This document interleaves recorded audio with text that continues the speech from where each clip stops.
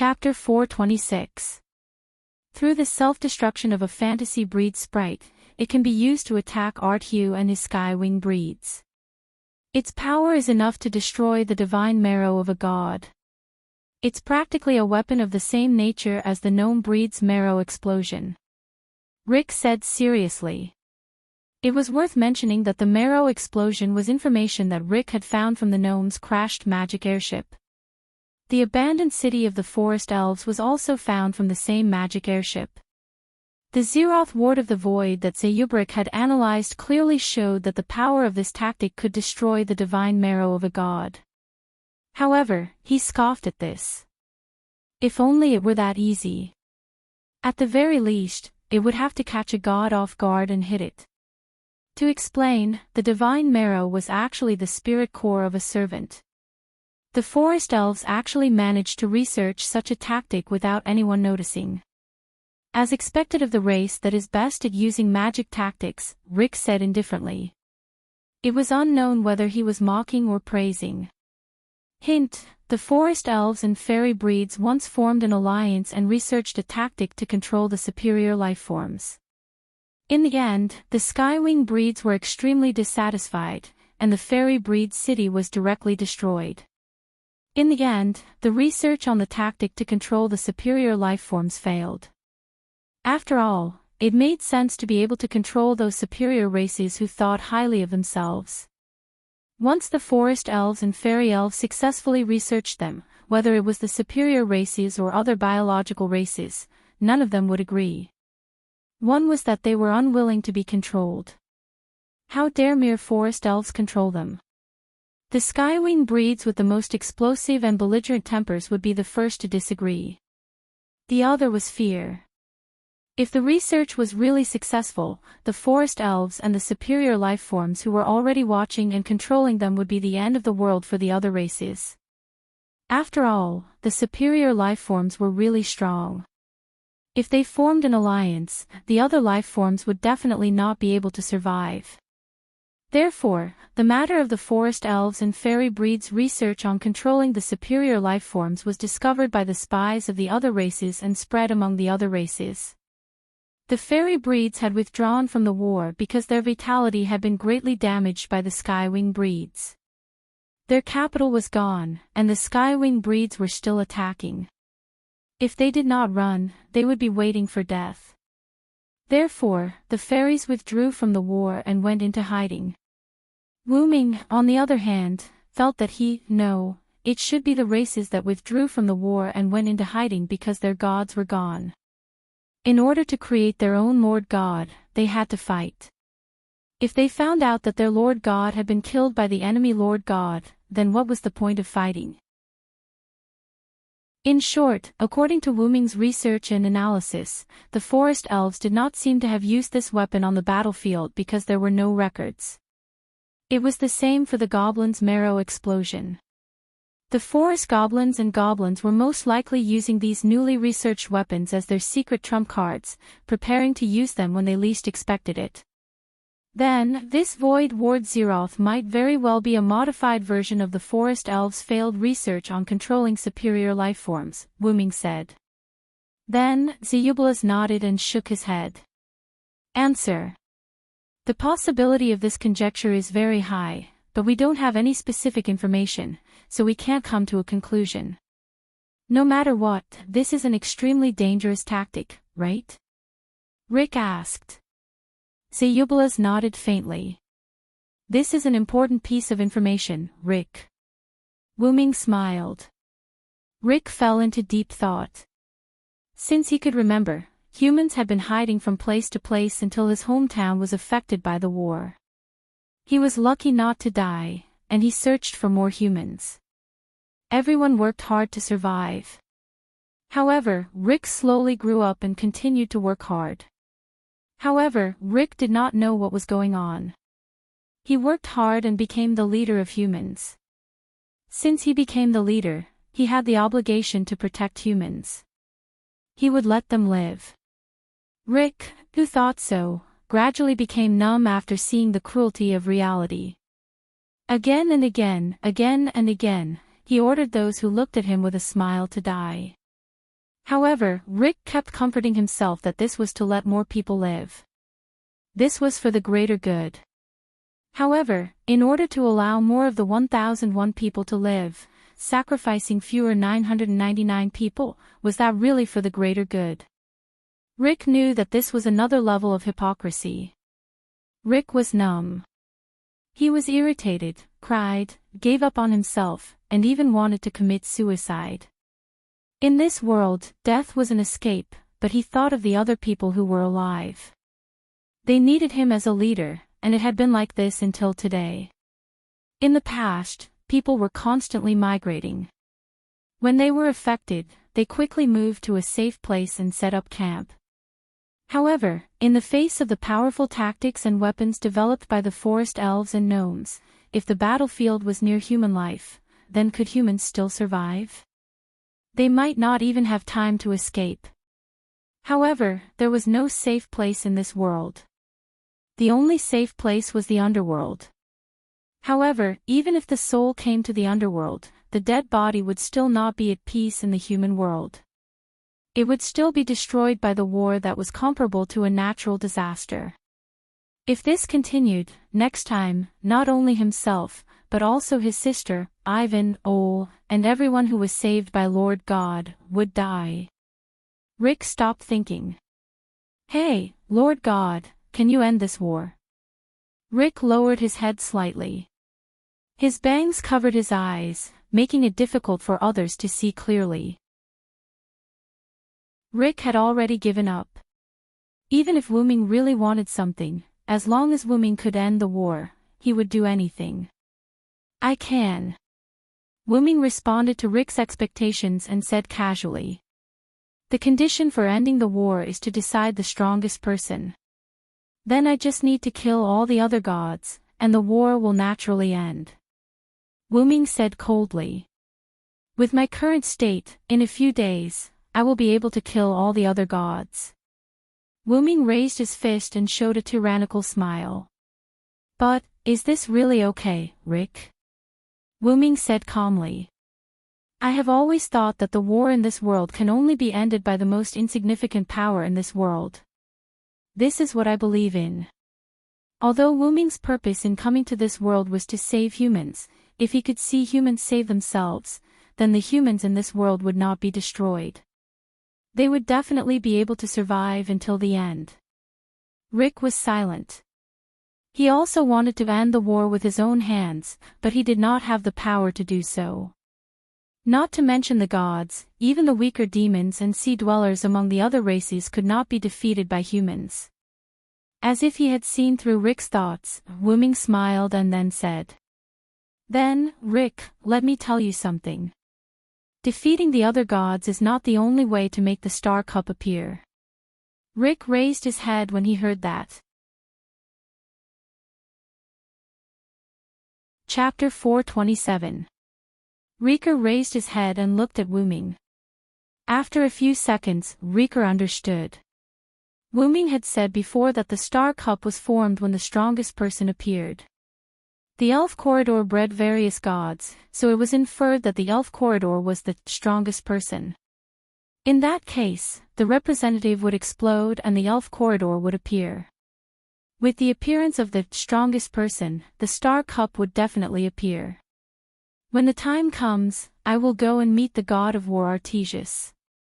As for you, you will be responsible for piercing the core of this planet and revealing the Elf Corridor. When the Star Cup appears, you will obtain the Star Cup.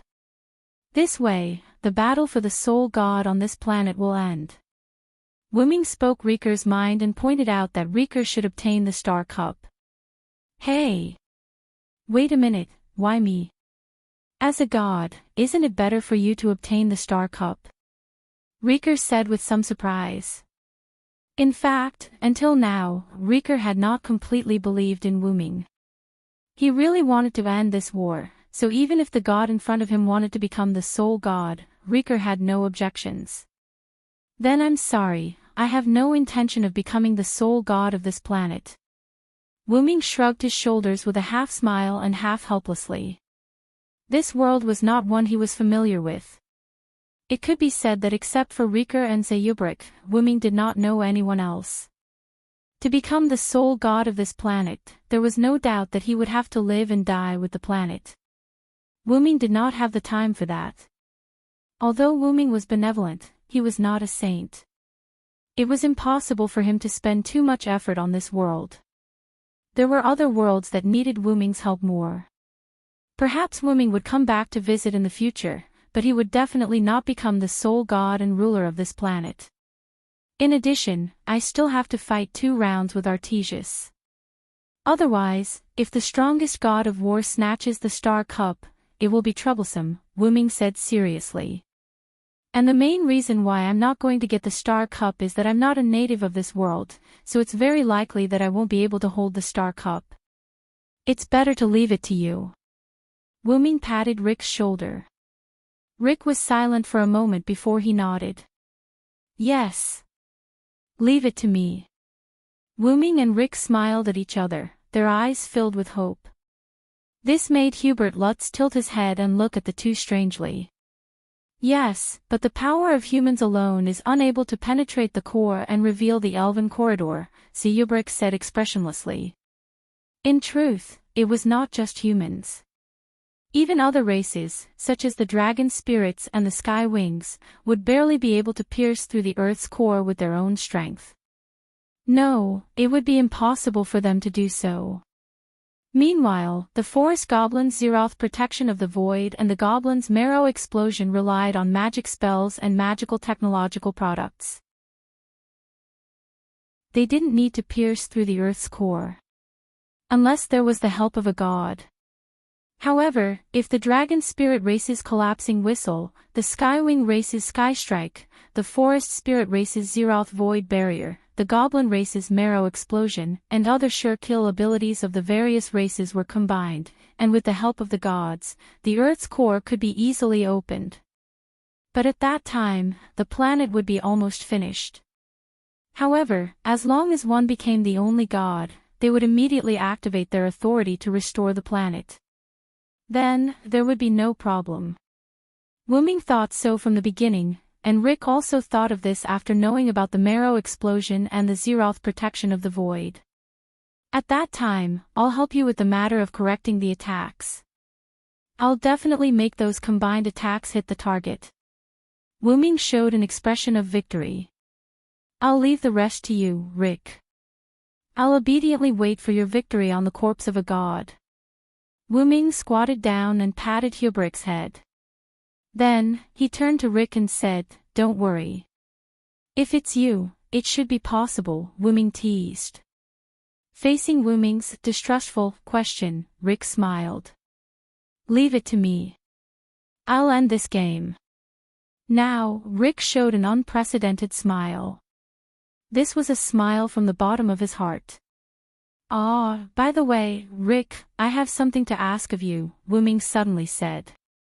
"What's the matter?" Rick looked at Wuming in confusion. "This child and I want to enter the life of you humans and experience life. Allow me to refuse." Before we finished, Rick interrupted Wuming's words.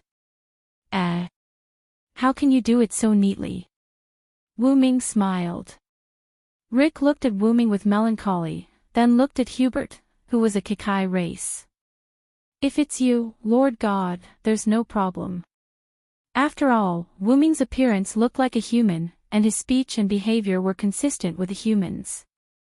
But Hubert's was. Rick looked at Hubert helplessly. Hubert tilted his head and looked at Rick in confusion. Hidden under the cloak is a mechanical body, stiff and lifeless, and a mechanical tone. Without a doubt, she is a Kikai race. Even if she disguises herself, once she enters the life of us humans, she will be easily exposed. You know how afraid humans are of other races in this era. If we don't chase her away, we won't be able to live a normal life. I clearly understood what Rick meant. Actually, Hubert had to disguise herself as an ordinary human girl, and no one could find out. After entering the human society, Hubert was destined to have more contact with people. This way, it was only a matter of time before she was exposed. In other words, It's fine as long as no one finds out, right? Wu-Ming smiled. Well, that's what you say, but I don't think that a Kikai race can hide her identity. Rick touched his chin and looked at the items on Hubert's body. Data flowed through his eyes, a glowing disc on his right forehead that looked like a magic formation, a pair of wings on his back, and two tail-like threads near his tailbone that connected to the sprites. A Kikai race without a sprite was like a car without gasoline. It was useless. Then, what about now? Wu-Ming smiled. Then, through the hand on Hubert's head, Wu-Ming transferred his magic power to Hubert's body, or rather, the art on Hubert's body. In an instant, Hubert's body lit up. It was so bright that Rick couldn't open his eyes. When the light gradually dissipated, Rick opened his eyes. Rick looked at the little girl standing beside Wu-Ming in shock. Rose-colored hair, tattered clothes, no wings, no tail, no disc on her forehead, and with those big watery amber eyes, she was simply adorable. This should be fine, right? Wu-Ming looked at Rick with a smile. If that's the case, yes. I guess. Rick smiled awkwardly. Then, let's play a game. Wu-Ming smiled. Chapter 428. Checkmate. Zeyubarik said calmly. She picked up the chess piece created by Wu-Ming's magic and killed Rick directly. It's cheating to let Jikai Seed play chess. Rick sighed helplessly as he looked at his chess piece that couldn't be more dead. This is a fair game. You have to abide by the rules, Rick. Wu-Ming, who was sitting on the side and watching the game in boredom, said with a gloating smile. Damn it. You actually let Jikai Seed play chess with me. There should be a limit to cheating. Rick muttered helplessly. Okay, didn't you agree to it before? If Zeyubarik wins, let her join the lives of humans. You have to accept your loss, Rick. You have to accept your loss, Zeyubarik also said expressionlessly. That's right. Rick was excited because he saw chess that he hadn't seen for a long time. Then, he agreed to the game and lost completely. After all, how could a human brain compare to a machine? Of course, there were exceptions, but this exception wasn't Rick. Yes. I know. I'll let Zeyubarik join our lives. You said before that you wanted to join us. Then, I'll have to trouble you to look after her. Don't let her cause any trouble, Rick said helplessly. Through the exchange just now, Rick also knew the name of this Jikai Seed. I'll try my best. Wu-Ming looked at Rick with a smile and said irresponsible words. Sigh. Rick sighed helplessly. These two guys were indeed non-humans. If they turned into humans, they would definitely be problem children. That's right, Rick suddenly said. The name Zeyubarik doesn't sound like a human's. And this tone. If you don't change it, it might leave suspicion in the crowd, Rick said earnestly.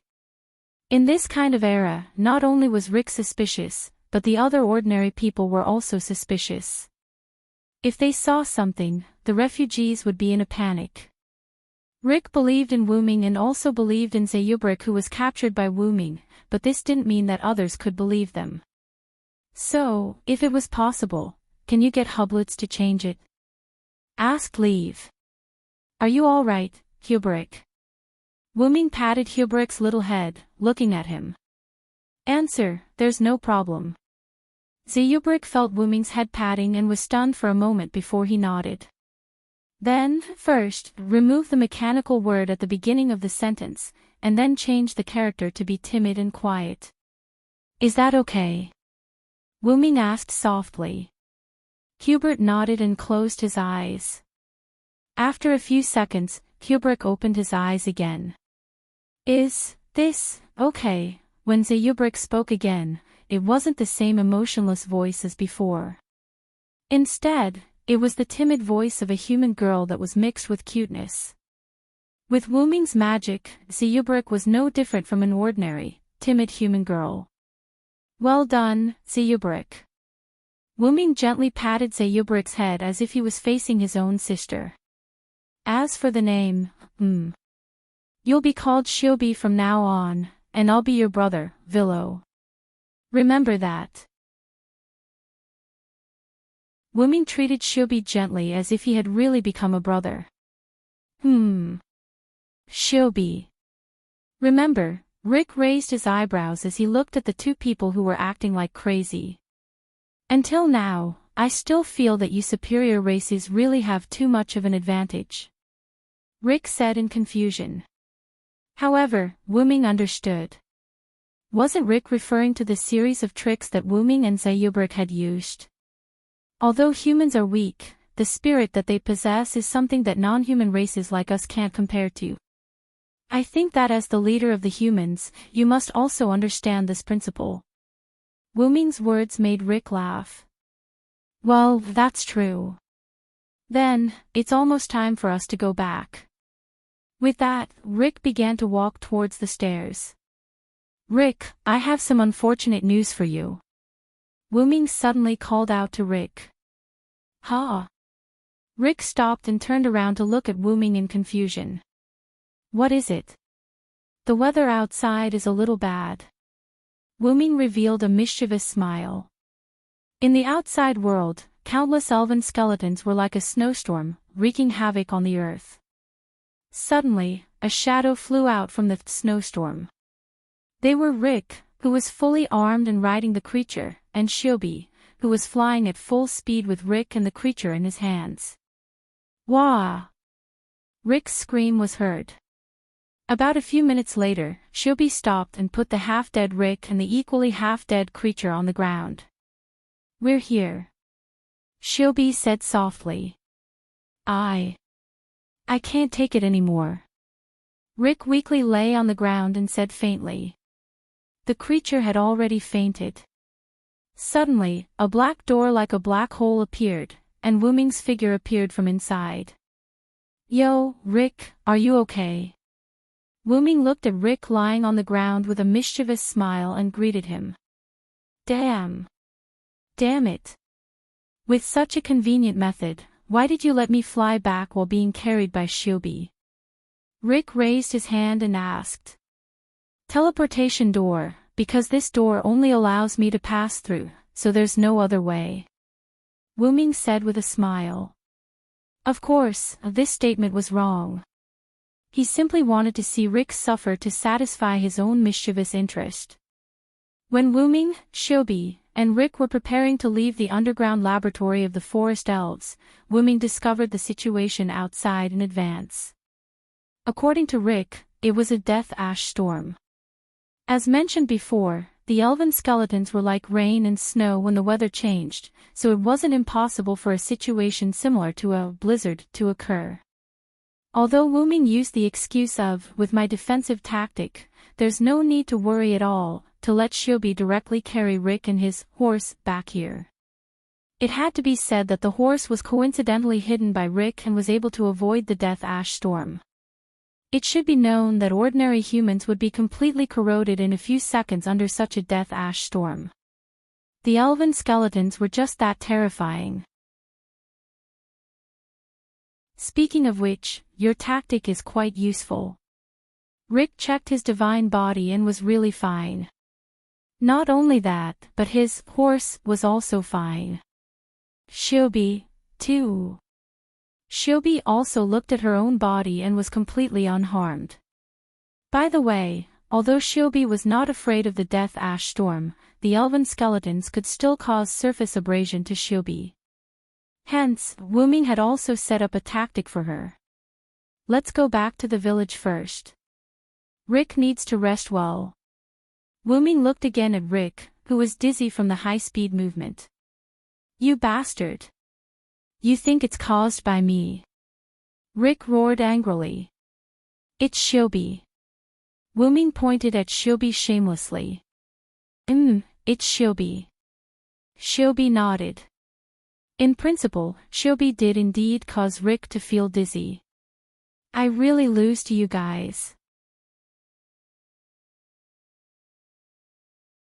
Chapter 429. Because Shiobi knew that they had to come directly to the cave that led to the village, Rick led the half-dead horse and led Wuming and Shiobi into the cave. Along the way, Rick kept reminding Wuming and Shiobi. Remember, don't say anything unnecessary and make everyone suspicious. Also, Vero, you have to keep an eye on Shiobi and don't let her go berserk. Also, if people greet you, you have to answer them politely. Rick, I seriously suspect that you think I'm an ignorant god. Wuming complained helplessly. Cough cough, I'm just worried. Ah ha ha ha. Rick laughed awkwardly. You're indeed not an ignorant god. You're a problematic god. Immediately after, Rick stopped.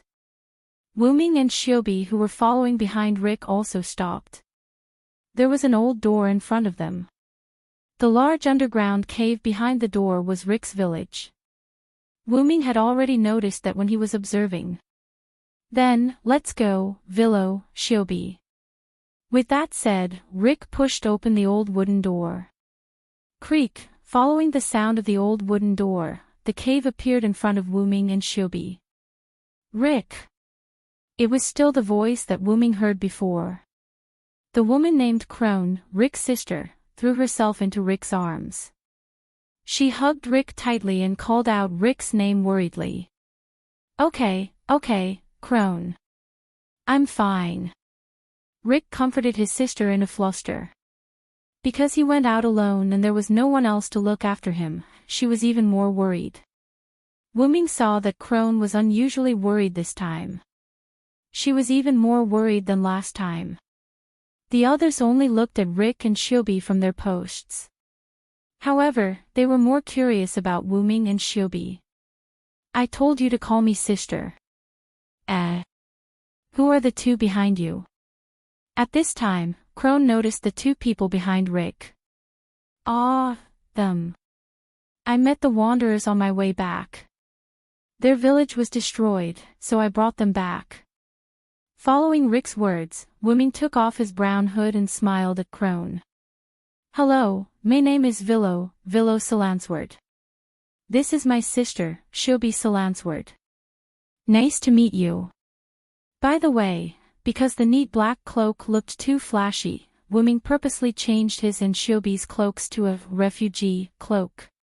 Brother and sister. That's great, Crone said enviously when she saw how dependent Shiobi was on her brother. Then, Shiobi opened her mouth.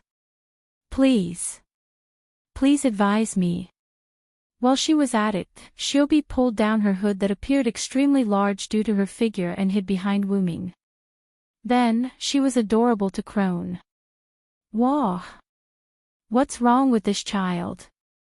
She's too cute. Crone hugged Shiobi and rubbed against her. This caused Rick to be shocked. Wuming cast a camouflage spell that could only change Shiobi's appearance in human eyes. In other words, her body did not change. But fortunately, Shiobi's body was based on human standards. In addition, Shiobi was instructed by Wuming to put away the mechanical objects, such as wings and the rings on her head. Therefore, there was no need to worry about being discovered. Shiobi could not understand Crone's actions. Seeing that Wuming did not give any instructions, she just let Crone hug her. As for Crone, she treated Shiobi as a shy child and didn't pay much attention to him. Then, Crone, it's about time to prepare a room for Vilo and the others, Rick said nervously. He was afraid that the Kikai seed would treat Crone's actions as an enemy's attack and counterattack.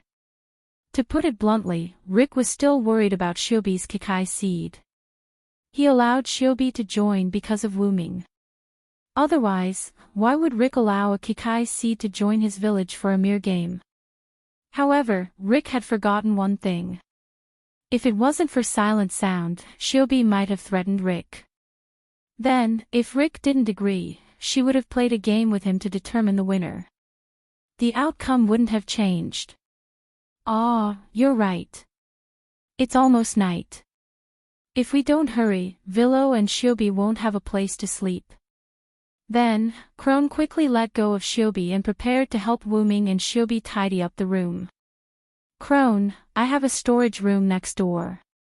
There's a bed too.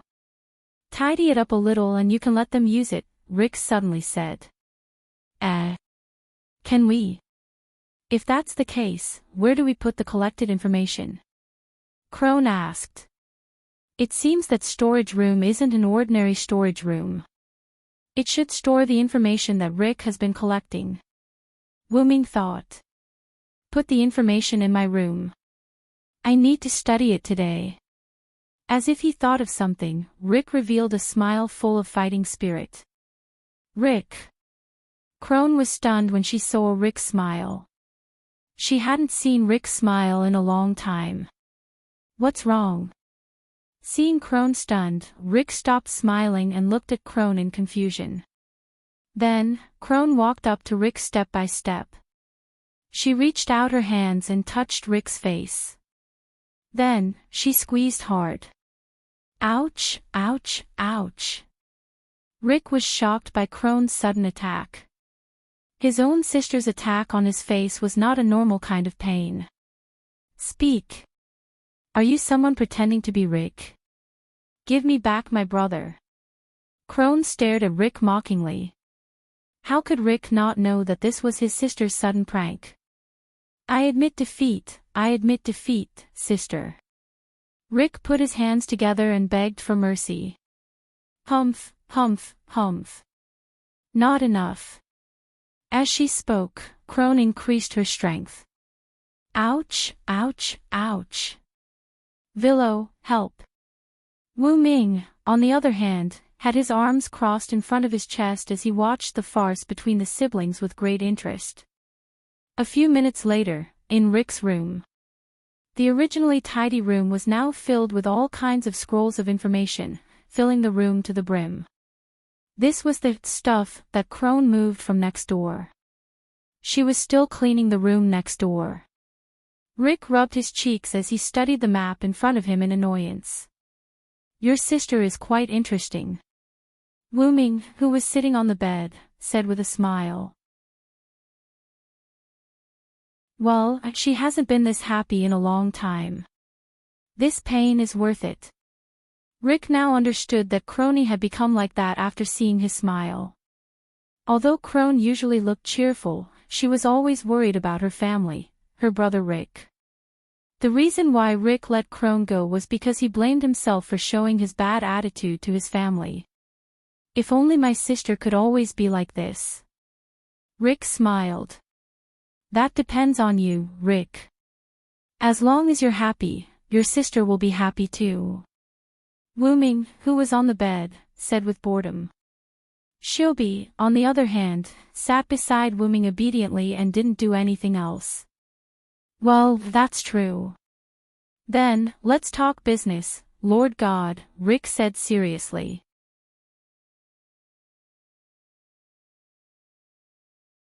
Chapter 430. The first step in Wuming and Rick's plan was to prevent the humans from becoming the final battlefield. I already know about the secret weapons of the goblins and forest elves. However, that alone isn't enough to gather them together. As he spoke, Rick placed the map on the ground and showed it to Wuming. The Skywings are on the continent opposite Lucia, Yar Ayla.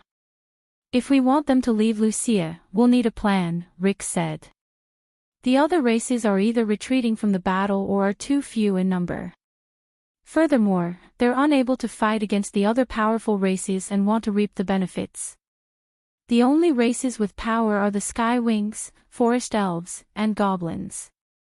Wuming marked the territories of the three races on the map. To put it simply, as long as the forest elves and goblins are in conflict, they'll rope in some of the other races and form two camps, Rick said with a smile. This was a long-term understanding of the big picture. It was basically impossible to be wrong. Then, what we need to do now is to get the people of the various races on Lucia to leave. That'll require us to gather information. Then, Wuming and Rick looked at each other and smiled. Then, regarding the issue of manpower, I'll go select people to form a suicide squad later. After all, those races were scattered all over Lucia.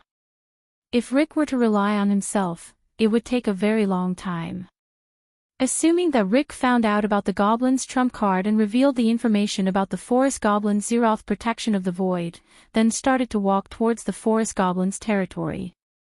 When he arrived at the Forest Goblin's territory, Rick would find that the two sides had already started fighting. The goblins, who were wary of the Forest Goblins, had won the battle and killed the Forest Goblins without leaving anything behind. That would completely mess up the plan. Hence, they needed manpower and messenger pigeons. Even so, Rick, you haven't forgotten about me, have you? I'm super strong. Wuming looked at Rick. Rick understood what Wuming meant.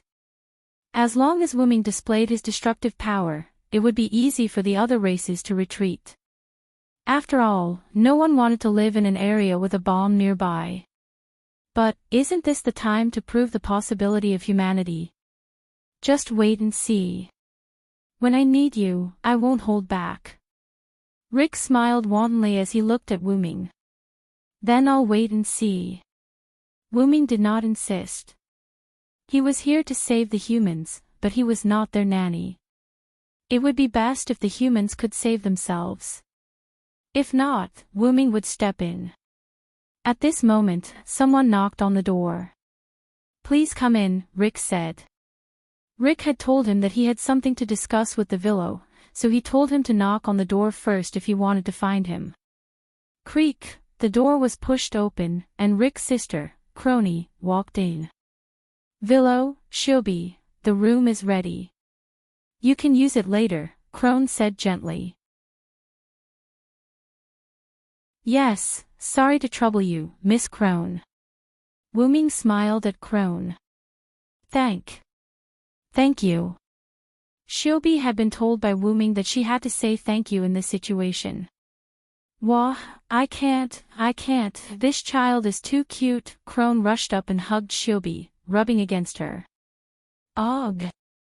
Shiobi made a silent protest. Ha ha ha, looks like Miss Crone likes my sister a lot. Then, can I trouble you to take her for a bath? Wuming smiled and suggested. Ah. This time, not only Crone, but even Rick was surprised. Can I? I'll take good care of this child. Crone was surprised because she was happy to be able to bathe such a cute child. Then I'll have to trouble you. By the way, this child is very shy. If possible, can you bathe Shiobi alone? Wuming smiled and nodded. No problem. I'll take good care of Shiobi. I promise to bathe Shiobi until she's white and clean. Crone rubbed against Shiobi again. Be good and listen to your sister, Shiobi. Wuming stared at Shiobi and said. Shiobi. Got it, then, Crone led Shiobi and left. Wait a minute, Villo. If we let Crone bathe Shiobi, won't we be exposed? Rick said in a panic. After all, even if he used a camouflage spell to change Shiobi's image in the eyes of others, once they were honest with each other, Crone who touched Shiobi would realize that something was wrong. Just like Shiobi's hair. Although it looked soft, it was actually made of ultra-tough metal wire. When she washed her hair, she would realize that something was wrong. Don't worry, Rick. I've already used suggestion magic on Crone. No matter how much I touch her, Crone will treat Shiobi as a human, Wuming said as he raised his hand and a ray of light appeared. This way, Shiobi will be able to better integrate into human life. What was that saying again? Being honest with each other was often a good way to increase trust. Just like the Japanese mixed bath. Cough cough. Back to the topic. Really, magic is so useful. Rick said enviously with his dead fish eyes. Let's continue. Then, Wuming and Rick sat opposite each other and continued their conversation. After a moment of conversation, Wuming understood Rick's meaning. Because we've considered that the other party will directly kill the informant, so we need to prepare more people. Wuming said. This was also why Rick needed a suicide squad. If there were too few people, the plan might fail.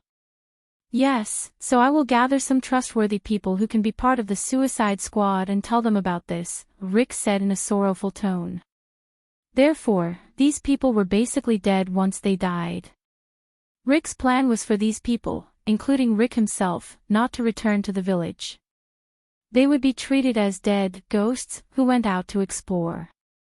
In addition, because the skeleton of the elves had the effect of shielding their aura, they needed to cover their bodies with some skeleton of the elves when they faced people of different races during missions. This was what humans called black ash. However, the skeleton of the elves had strong corrosive properties. Covering it with acid was equivalent to covering one's body with it. After a long time, one would directly die. This was the true meaning of Suicide Squad and ghosts. They were not afraid of death and dared to act as ghosts and become real ghosts. Clank, a bottle of potion was placed on the table by Wuming and made a sound. This is. Rick looked at the blue bottle of potion in confusion. This is a potion that can be used to contact abnormal states. If it's the corrosion of the skeleton of the elves, it might be effective. Try it later, Wuming said. This bottle of potion was an item in the Yggdrasil game, specifically used to deal with abnormal conditions. Wuming thought that corrosion was also an abnormal state, so he took it out and asked Rick to try it. You've been a great help, Villo. Rick looked at Wuming excitedly, and then carefully picked up the bottle of blue potion. Wuming smiled when he saw how careful Rick was. Clank. Clank. The table was full of these potions. Clank. Clank. Rick was dumbfounded. You can have as many as you want. Don't be shy. Wuming smiled and pointed at the table. Wuming took all of the potions that Nizalik had. Since Nizalik could make more, Wuming took all of them. Damn it. You bastards. Then, Rick's miserable cries could be heard.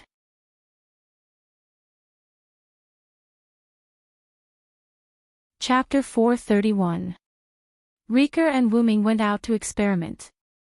Riker smeared the black ash that could be seen everywhere on his hand, and then dripped a few drops of blue potion on the back of his hand. Instantly, the black ash disappeared, and the corrosive effect also disappeared. In the room, Wuming and Riker sat opposite each other. Shobi sat beside Wuming in boredom. She had already been cleaned up by Crone and changed into her pajamas. Damn it, evil gods, go to hell. Riker muttered. Hey, that's about enough. You can't even handle such a small blow.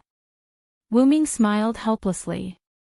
The reason why Riker was like this was simply because Wuming's nouveau riche way of doing things provoked Riker. After all, in this war-torn era, everything was precious, and people cherished it very much. Based on the effect just now, if everyone covered their whole body with black ash and drank a bottle of blue potion, the black ash would last for 3 hours. After that, the black ash would be eliminated by the power of the potion. After all, the effects of taking it inside the body and taking it outside the body were completely different. Riker was also thinking of the worst-case scenario. Therefore, if a person covered their whole body with black ash and drank a bottle of potion, the black ash would last for 3 hours before disappearing. Then use this amount as the standard and see the situation, Wuming said. After all, there was no need to cover the whole body with black ash. Not to mention the corrosive effect of the black ash, even if the potion was effective, pain and scars would still be left. Moreover, for humans, the black ash only needed to cover a quarter of the body to completely conceal the aura, so that other races wouldn't be able to determine who the intruder was. For example, covering an arm to the chest, abdomen, and neck with black ash could almost completely conceal the aura of a human. Well, I will choose the members of the ghost tonight. Riker didn't dwell on the issue of Wu Ming's nouveau riche and became serious. Speaking of which, Riker, leave the forest essence to me. Wu Ming looked at Riker seriously. You don't believe me. Although he said so, Rick still understood Wu Ming's intention. The forest elves were actually an exceptionally cunning, or rather, suspicious and vengeful race.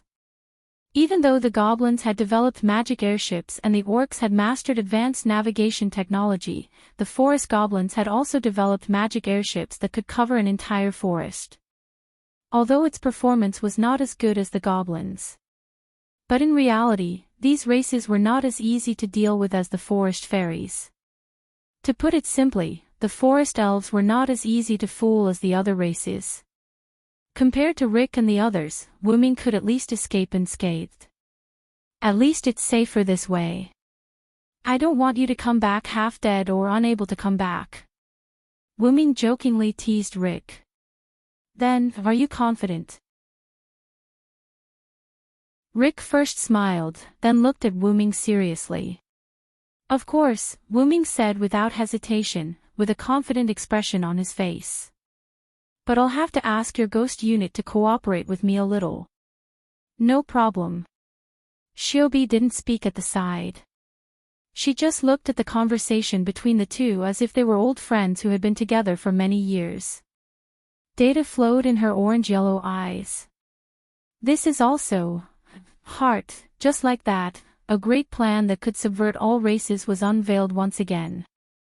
The next morning, Wu Ming came out of his room early. Wu Ming didn't go to see the recruitment of the ghost last night. He just took a quick look and left with Shiobi. Coincidentally, because Wu Ming and Rick's rooms were next to each other, Wu Ming met Rick, who was about to leave his room as soon as he went out. Yo, Rick, you're up early. Wu Ming greeted. You actually have the nerve to greet me. I originally wanted you and Zio to support me, but you actually sneaked away. Rick had a tragic expression. You don't know how nervous I was at that time. Everyone was looking at me. So many people only looked at me when I became the village chief. You don't know, Wu Ming didn't listen to Rick's complaints. Instead, he looked at Shiobi, who was holding his hand. By the way, this was suggested by Shiobi. Shiobi used the reason of shouldn't siblings hold hands to let Wu Ming hold her hand. Is she afraid of crowds? Wu Ming said with interest. Shiobi doesn't know. Shiobi calmly shook her head. Right, Shiobi, how was your interaction with Crone yesterday? After all, Shiobi and Crone were honest with each other. They must have gotten along well. On the other hand, Shiobi seemed to have recalled something terrible. Wu Ming could clearly sense that Shiobi's body trembled slightly. Crone is so scary. Shiobi recalled how Crone hugged and played with Shiobi in the shower yesterday. She felt a lingering fear. Seeing Shiobi like this, Wu Ming could only smile awkwardly and didn't say anything else. Hey! Don't ignore me. Suddenly, Rick raised his voice. Oh, are you done, Rick? Wu Ming responded with a smile. Forget it. Let's not talk about this. Rick shook his head. The ghost is ready. We only need an opportunity to act. After all, many people leaving the village was a matter of concern. Hence, they couldn't just let those who were willing to become ghosts leave the village. Wu Ming brought two pieces of news to Rick. Good news and bad news. Which one do you want to hear first? Bad news, Rick answered without hesitation. I noticed a gnome worship nearby, as well as a few dragon gnomes. Perhaps because the two races had a conflict before, the gnomes and dragon gnomes didn't like each other. What Wu Ming meant was that this time, the two would most likely affect the surrounding human villages, which were Rick's small villages. Hearing this, Rick frowned at first. Then, his brows relaxed. Through this bad news, Rick also guessed the good news. That's right. It's just as you thought. After this attack, the ghosts can act. Wuming smiled. Wuming woke up early in the morning to tell Rick these two pieces of news. At this moment, the mountain where the village was located shook violently. Without a doubt, the gnomes and dragon gnomes nearby were fighting. You really have a crow's mouth. Rick didn't know whether to laugh or cry at Wuming. He didn't know whether to praise or scold him.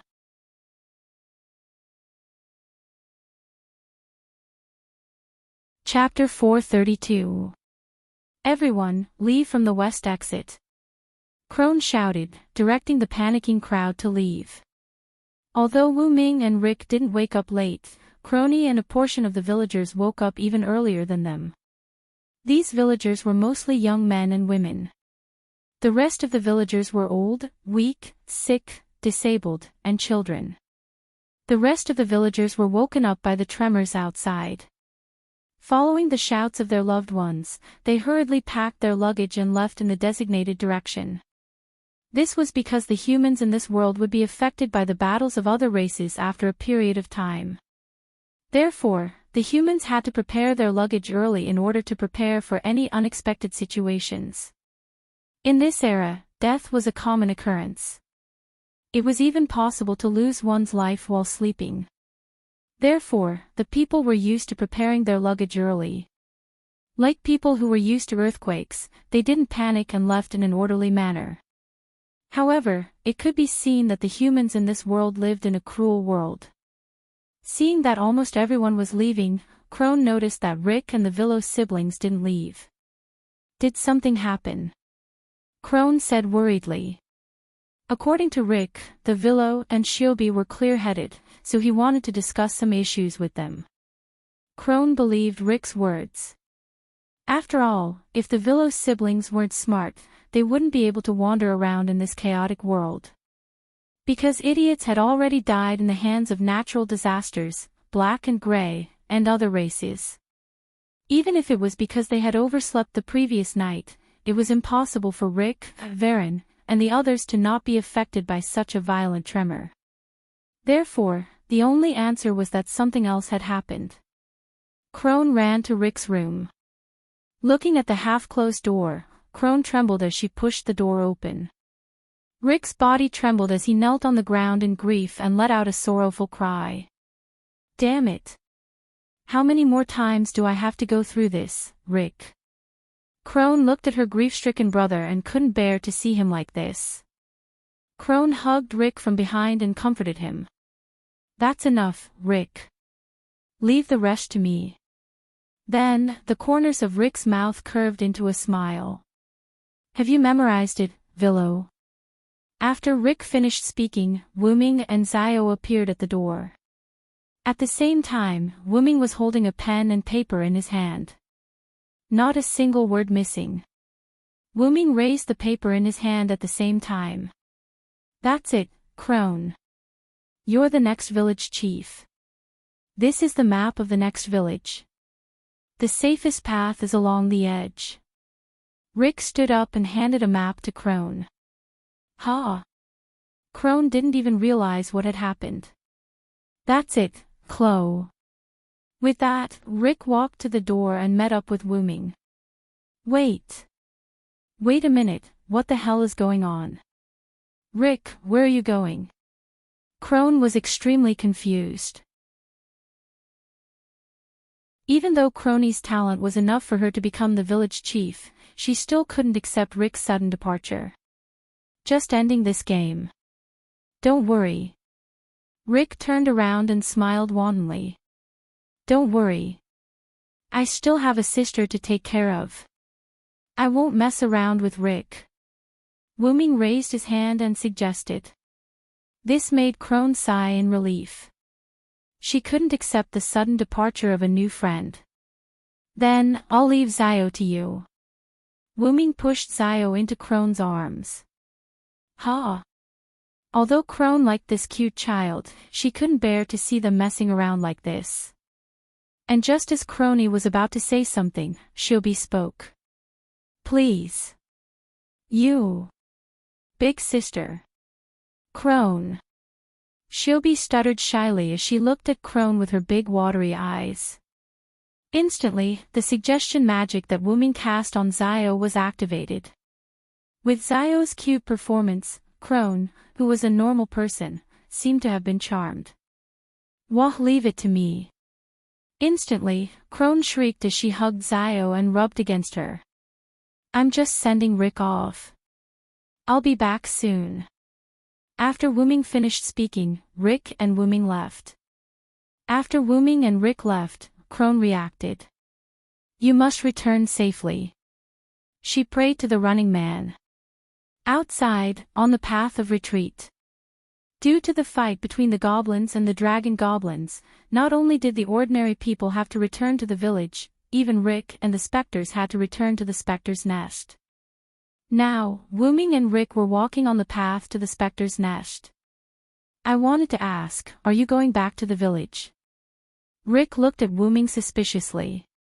Therefore, according to the plan, Wuming had almost no time to leave Rick and the others and return to the village. I have my ability. I can create a clone of the same level as me. Wuming explained. Wuming's dependent avatar had the ability to split his avatar.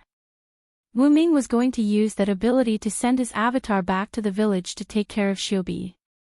After all, Shiobi was just living with human beings. Not to mention whether Shiobi's avatar would be discovered by human beings. Moreover, Shiobi needed someone to enlighten her. It just so happens that I also have a question. Wuming said.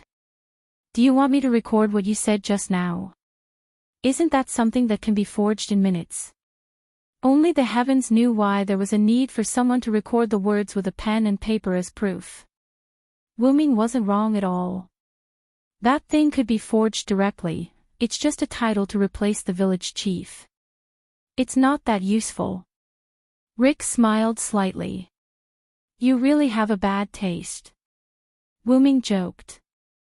Goddess Sama is not qualified to say that. Rick retorted. Ha ha ha, both of them laughed. When they came to the entrance of a cave, both Wuming and Rick stopped. Then, I'll go first. Wuming looked away. Well, we will also launch a strategy against the goblins and the orcs in 5 days. Immediately, without saying much, Rick and Wuming walked into the cave with their backs facing each other. Rick walked directly into the cave, and Wuming flew directly into the sky and flew away. So, they were really going to leave after sending him off.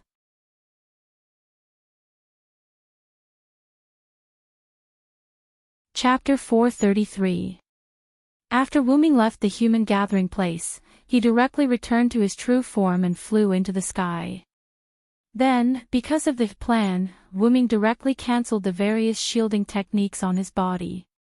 At the same time, Wuming also released his own energy, which was the holy aura. At that moment, Wuming was like a flame in the night, no, a fireball, which was extremely eye-catching. Now, the goblins' air fleet is on the northern coast of Lucia. Wuming remembered the map that Rick showed him.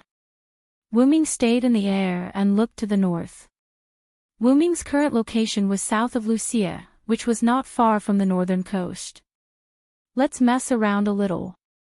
With that said, Wuming spread his wings and quickly flew toward the north. In the south, Lucia and Yar-Ala intersected. It was an ocean, and the Forest Elves' fleet was sailing from that ocean. As the current chief octopal sorcerer of the Forest Elves and the main researcher of the Zeroth Ward of the Void, Shinki Nirbalian's wisdom was naturally needless to say. She was also quite proud of herself, so she took on the heavy responsibility of the Forest Elves' fleet commander. However, she was rather fearful of the mysterious powerful being that the dragon spirit mentioned. After all, even though it was annoying to think of a musclehead who didn't have any intelligence and relied solely on brute strength, Schick had to admit that his powerful strength was indeed frightening. As a result, it was no longer appropriate for her to act freely in Lucia. Shinki once suspected the identity of the mysterious powerhouse, but she could not tell which race he was from until the creator of the Sky Forest Elves, Canis, arrived. Her creator, the god Canis, had told her that the mysterious expert was not from another race, but a god from another world. However, the star cup of that planet did not work on him, so she did not have to worry about him competing for the star cup. Coincidentally, she received news recently that the forest elves' old rival, the goblins, was attacked. According to the spy's report, the goblins could not capture the other party's figure, and the fleet's instruments could only detect a large number of powerful energy sources. Those energy sources were not elves, but unknown energy sources. From this, Shinki judged that the dragon who attacked the goblins' fleet was the powerhouse from another world that Canis mentioned. Therefore, Shinki decided to evacuate the forest elves from Lucia. However, it seemed that the goblins' losses were not serious. Because of that, it just proved that the mysterious powerhouse was just passing by, and the reason for the attack was unknown. In any case, the forest elves enjoyed watching the forest elves. Shinki made such a decision in order not to let her people follow in their footsteps. So, as the forest elves fleet, the elves' airship fleet, the elves' airship fleet, and headed to the Yar Ayla continent. Naturally, Shinki had his own plans for heading towards the continent of Yar Ayla. Godsesses, the Zeroth elves, the Zeroth god, was the elves, was the god. Standing at the front of the fleet, Shinki looked at the Lucia continent. For the sake of our god, please bless us, Canis. Shinki prayed to his god. And at that moment, not good. Lord Shinki. An ordinary forest elf soldier hurriedly ran to the bow of the ship. What's the matter? Don't panic. Shinki looked at the soldier unhappily. Yes. I'm sorry, Lord Shinki. The soldier calmed down and stood up straight. Tell me, what happened? Shinki asked casually. It's like this, Lord Shinki, our magic has detected an unknown energy source, and the amount is huge. The captain asked me to inform you. What did you say? In the captain's room of the Forest Elves' magic airship flagship. Shinki walked in a little panic, and his eyes suddenly rushed to the big screen. What the hell is going on? Shinki said with a little anger. At that moment, because of the confidentiality issue, there was only one captain left in the entire captain's room, and that captain didn't know why Shinki was angry, so the captain had to report truthfully. It's like this, Lord Shinki, we just detected a large non-elven energy source.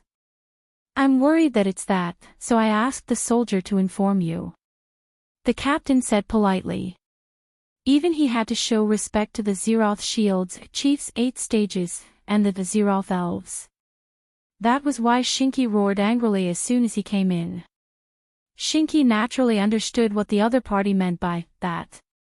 As the captain, Shinki naturally knew that the goblins were attacked, and he also knew that the goblins were also attacked after detecting a large non-elven energy source. The soldier didn't know the situation, so after being persuaded by Shinki, he reported very calmly.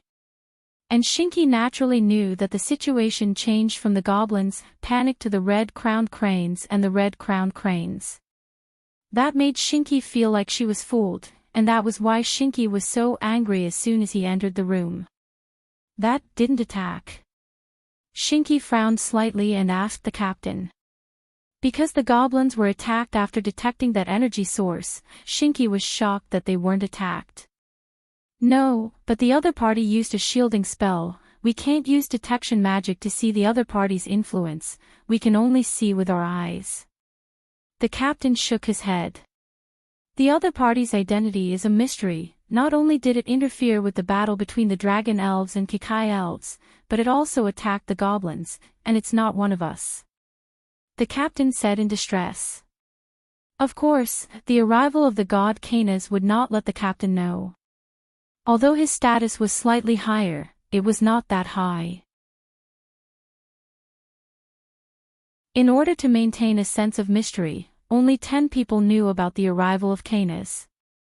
Those 10 people were either powerful or strong, and Shinki, as the main developer of the Zeroth shield, naturally knew about it. You don't have to worry about the other party's identity, the higher-ups have their own arrangements. Where is the other party now? Shinki changed the topic. The captain quickly checked the energy source, and as a result, the captain was shocked, and his face changed. It's right here, what? Shinki was also surprised. The captain brought up the image, and the energy source just happened to coincide with the flagship. Yo, 2 forest elves.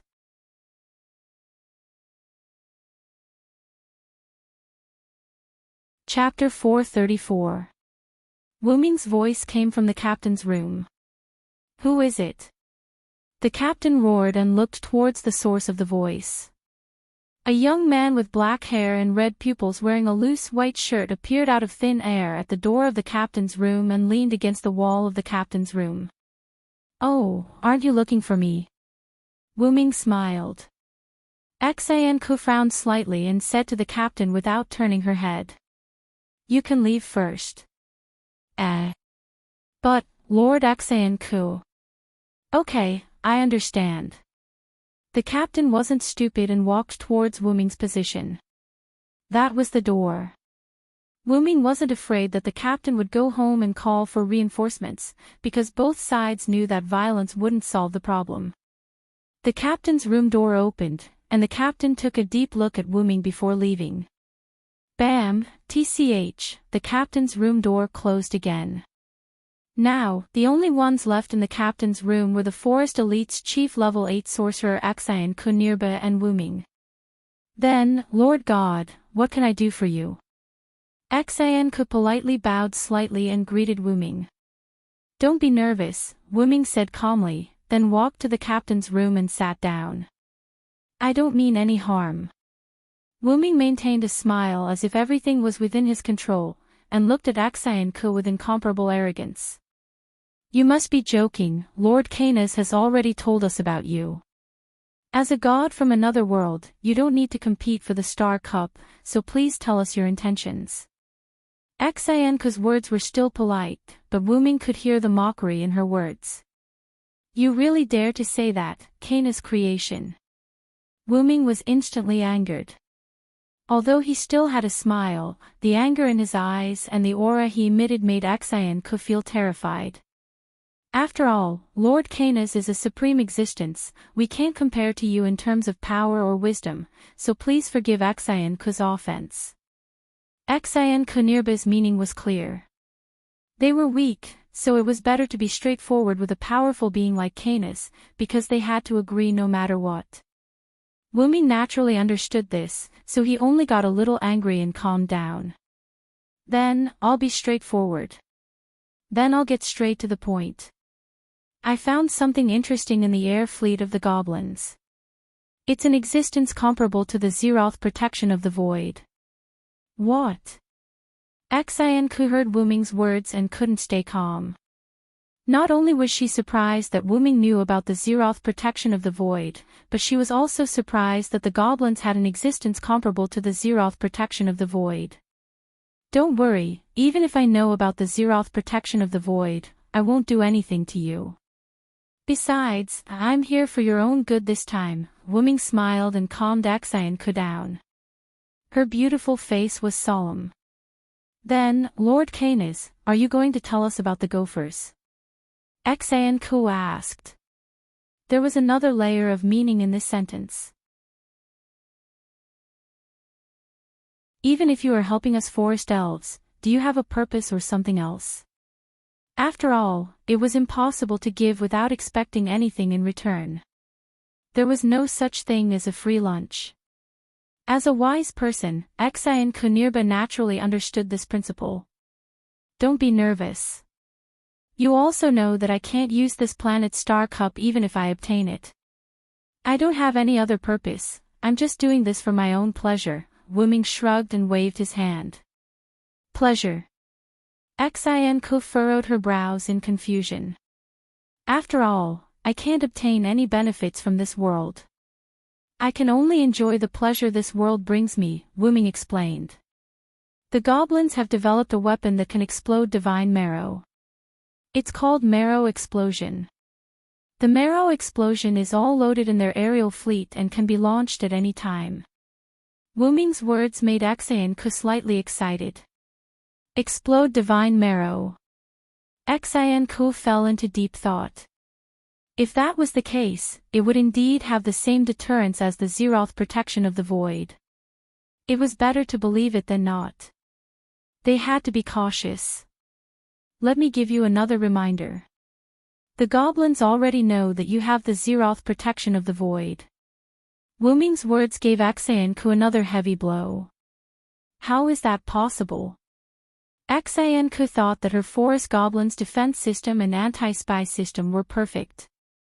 Therefore, Xianku didn't think that anyone would be able to sneak in and discover their secret weapon. The Zeroth protection of the void was correct.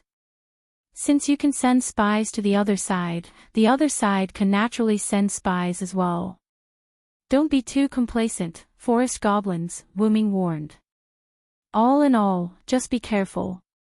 I don't want this good show to be ruined. With that, Wuming stood up and prepared to leave. Thank you for the information, sir, Xianku bowed deeply to Wuming. However, her voluptuous chest swayed in front of Wuming's face. Cough cough. It's nothing. After all, I was very bored when I accidentally got lost in this world. How can I not find some entertainment for myself? I hope you won't disappoint me. With that, a black space appeared in front of Wuming. The space swallowed Wuming and the black door disappeared. It seemed that the other party relied on this thing to enter. Why didn't the comfortable version of shielding space teleportation work? Could it be that it wasn't space teleportation? Xianku began to think hard. However, this was none of Wuming's business. Phew. Wuming let out a long sigh. Seriously, I'm really not suited to play the bad guy. At this moment, Wuming leaned against a tree and rested. Suddenly, a golden light appeared on Wuming's arm and a clear voice said, Sir Wuming, you were lying to that young lady, right? Of course. I just went to the goblin's place to cover it up. You've been following me all this time. Other than the fact that the goblins have marrow explosion, everything else was a lie. Wuming smiled proudly. Including his easily angered and arrogant behavior, as well as the spy's information and his own goal, none of it could be said to be true. As for the fact that he couldn't use the Star Cup, Wuming hadn't even seen it before. Who knew if he could use it? In any case, Wuming had no intention of using the Star Cup. After all, the forest goblins have many wise people. Being able to create the Zeroth Ward of the Void and use a fake name, Xianku Nulbarian, is a wise person among wise people. If I don't tell her this, she probably won't believe me. Even if Wuming gave Xianku the impression that he was an easily angered, arrogant, rude, and vulgar god from another world, Xianku would still listen to him. After all, it was better to believe it than not. It would be troublesome if she failed miserably. I've done what I should. The rest will be left to Rick. What I should do now is to meet Artemisia.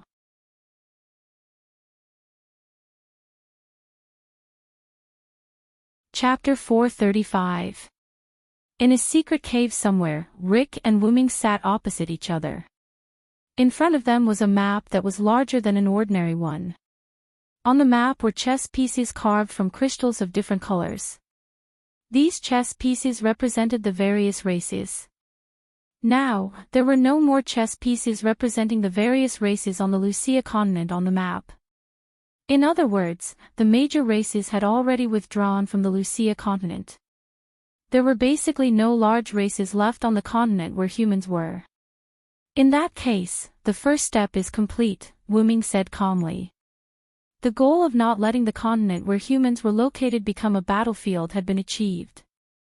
The battlefield on the Yar-Ala continent has also been formed. Rick smiled as if everything was under his control. In the southeast of the Yar continent, there were chess pieces representing the forest elves, fairy elves, and dragon elves. The forest elves entered the southeast of the Yar continent through the southern part of the Lucia continent and pulled out the fairy elves, who had retired from their hidden nests, to join the forest elves alliance. With the idea that the enemy of their enemy was their friend, the forest elves pulled in the dragon elves, who were at odds with the goblins. However, there were very few dragon elves. The three forces were entrenched in the southeast of the Yar Ala continent, led by the forest elves. In the northeast of the Yar Ala continent, there were chess pieces representing the goblins, giants, and fantasy breeds. The goblins were originally entrenched in the northwest of the Lucia continent. Due to Wuming's attack and the orcs' discovery of their secret weapon, Marrow Explosion, the goblin fleet had no choice but to set sail to the northwest of the Yar Ala continent. As the giants had always been on good terms with the goblins, the two quickly began to form an alliance. The fantasy breeds joined because the goblins exposed the forest elves' magic technique, the Zeroth Ward of the Void, to the fantasy breeds. The Zeroth Ward of the Void, which was based on controlling the self-destruction of fantasy breeds, was something that the fantasy breeds hated. Therefore, the fantasy breeds joined the goblins' alliance. However, fantasy breeds were rare to begin with, so the forest elves and goblins were currently evenly matched. In addition to these three forces, there was also the native force of the Yar Ala continent, Arceus, and the Skywing species under his command. The Skywing species occupied the body of a huge fantasy breed called Abontiheim. This fantasy breed was an apostle subdued by the god of war, Arthas. It had followed Arthas since ancient times, acting as a gathering place for the Skywing species under his command. This third force seemed to have very few people. It consisted of Arthas, Skywing breeds, and a fantasy breed. However, even without Arthas, the Skywing breeds were still extremely powerful existences. Aside from the Skywings, there were very few other life forms, such as fantasy breeds, dragon breeds, and giant breeds. These life forms basically did not have a fixed gathering place, and even if they moved together, there would not be more than a dozen of them. As for the Skywings, because they had a gathering place, they would basically move out in groups and hunt for heads. It could be said that no one was willing to provoke the Skywings. That was why the forest goblins and goblins were on Lucia and not Yar Ala. However, war was a collective battle, so the Skywings might be slightly weaker. However, the Skywings still had a powerful ability that they could use as a group, Skystrike. The old capital of the forest goblins, Marilon, was destroyed by a Skywing Skystrike. If Arthas was included, then it would be impossible to calculate. In this world, the gods were born from the Elven corridor, and the gods that were born had their own characteristics, concepts, and so on. The creations of the gods were often the same as the gods. For example, the creator of the goblins, God Okan, had the title of God of Forging. The goblins were also experts in the field of forging.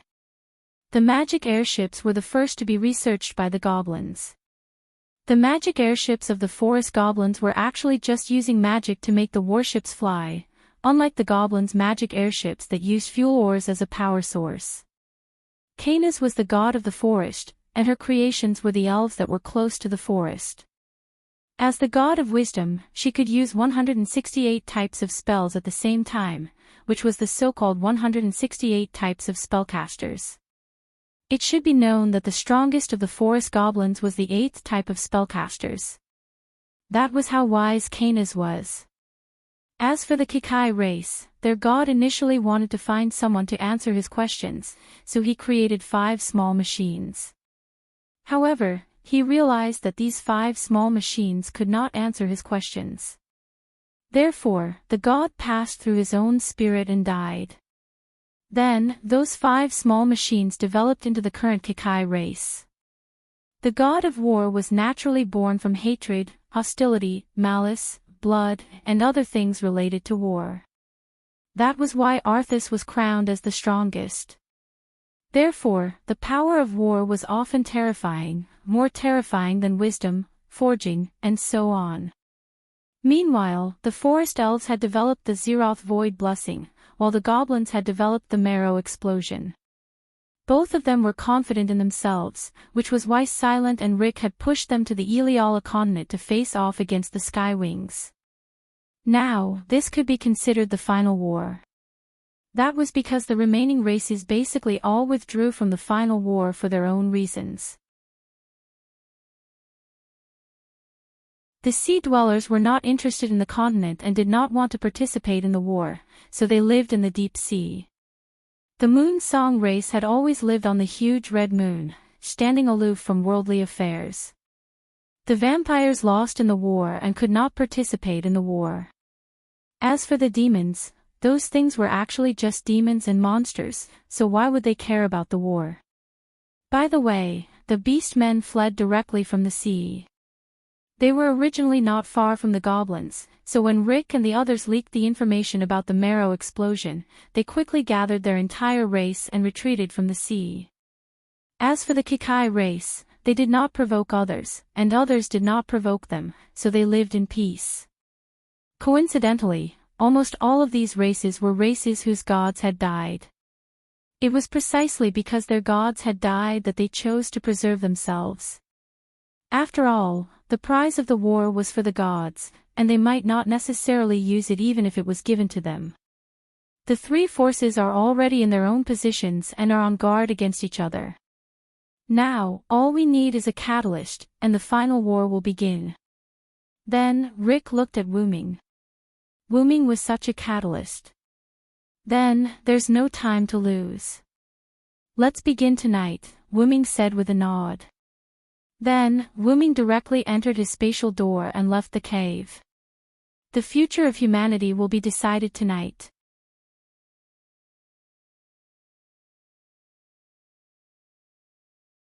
Chapter 436. The sun set, and night fell. In the Yar Ayla continent, Wuming floated in the air as he looked at the massive creatures in the sky. Abendheim, the gnome fleet, and the forest elves' magic airship had all settled down peacefully, forming a tripartite balance of forces. Even so, Wuming was still only interested in Arthas. Wuming had learned from studying the forest elves' Zeroth Void Blessing that the technique had extremely high lethality, but it was fine if he couldn't hit it. As for the gnome's Marrow Explosion, Wuming estimated that it could match the Zeroth Void Blessing, but it was still the same. It was fine if he couldn't hit it. If it was just a defenseless Arthas, then the Zeroth Ward of the Void and Marrow Explosion might have been effective. However, against a group of Skywing species that could use Sky Strike, as well as Arthas behind the Skywing species, the forest goblins and goblins would have a hard time hitting their targets.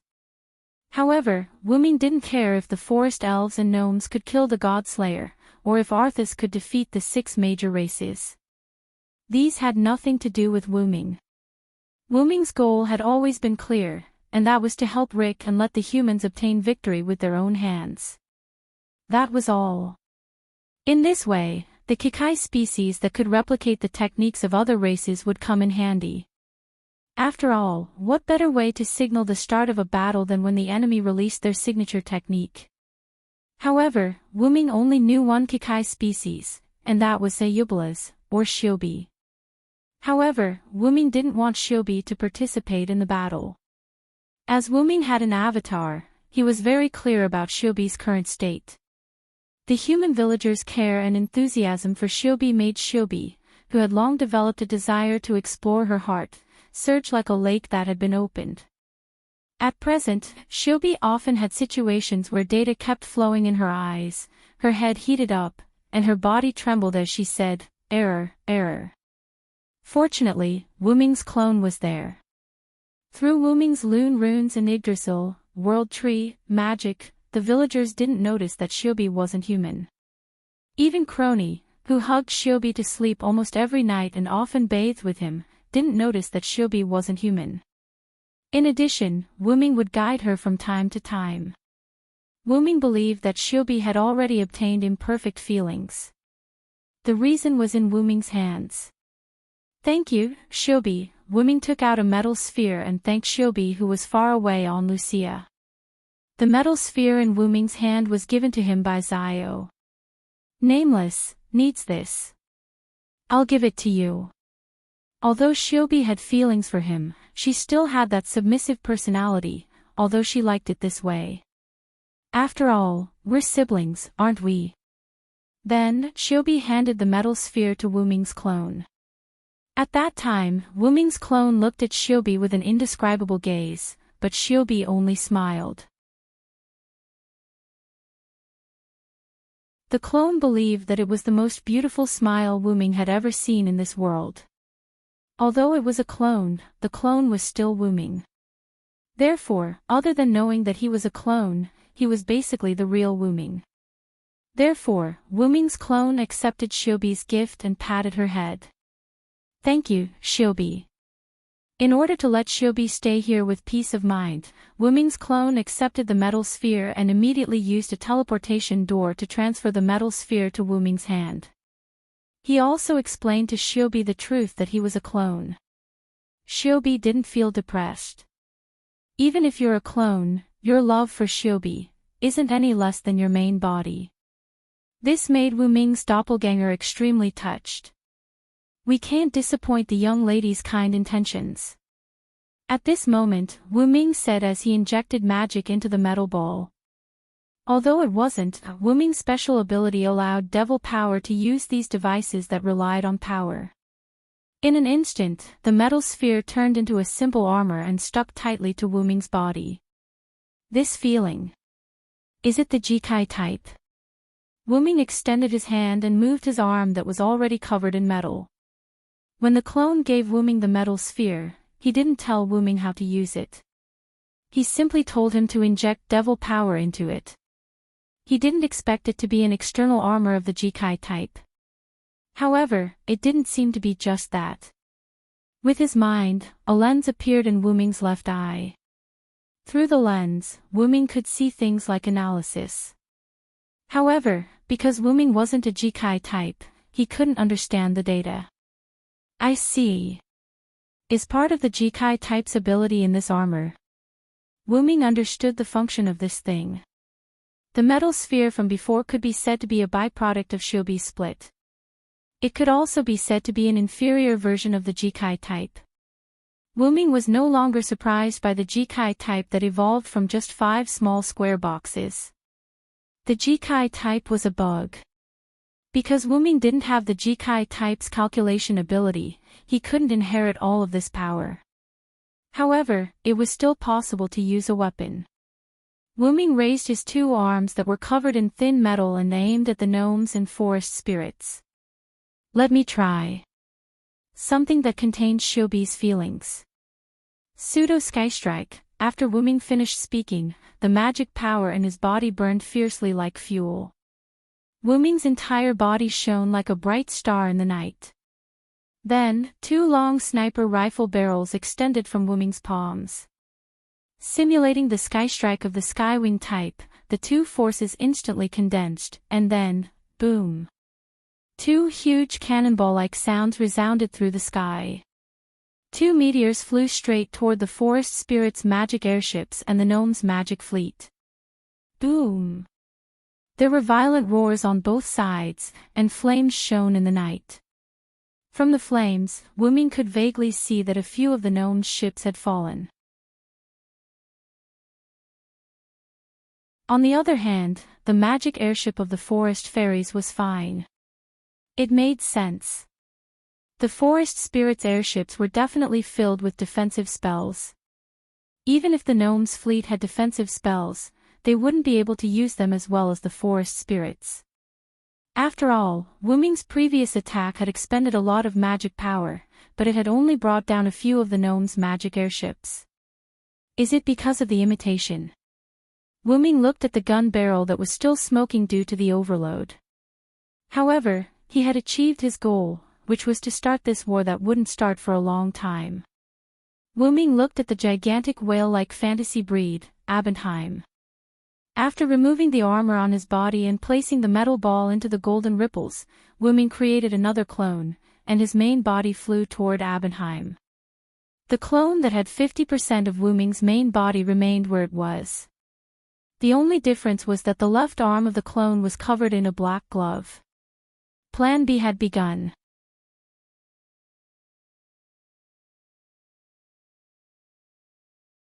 Chapter 437. On the fantasy breed of Bondheim, the green-haired Skywing breed's first creation, Osriel, sat on the edge of a rock, casually looking at the joint fleet of the forest elves and gnomes. Truly a bunch of people who don't know their limits, meow, Osriel said with a peculiar tone, her two eyes revealing death. This was a characteristic of the Skywing breeds. Looking directly into their eyes would mean seeing death. How boring. Why aren't they attacking yet? I can't wait to collect their heads. The final creation, Giliel, flew beside Osriel in boredom, her pink hair wantonly fluttering.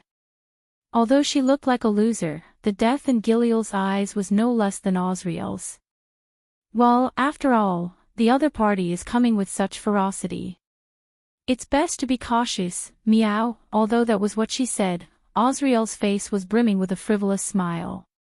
She did not believe that these people could defeat their creator, war god Artesius, even if they worked together. Besides, they had not yet worked together and had instead chosen to split into two to form a tripartite confrontation. How sad. If they worked together, they might have had a chance, meow, Osriel said mockingly. Don't say that, Osriel. In any case, they'll definitely be defeated by Lord Artesius. It doesn't matter if they work together or not. Giliel flew behind Osriel, waving her hands as she calmly said. It seemed that the Skywings were truly confident in their creator, Artesius.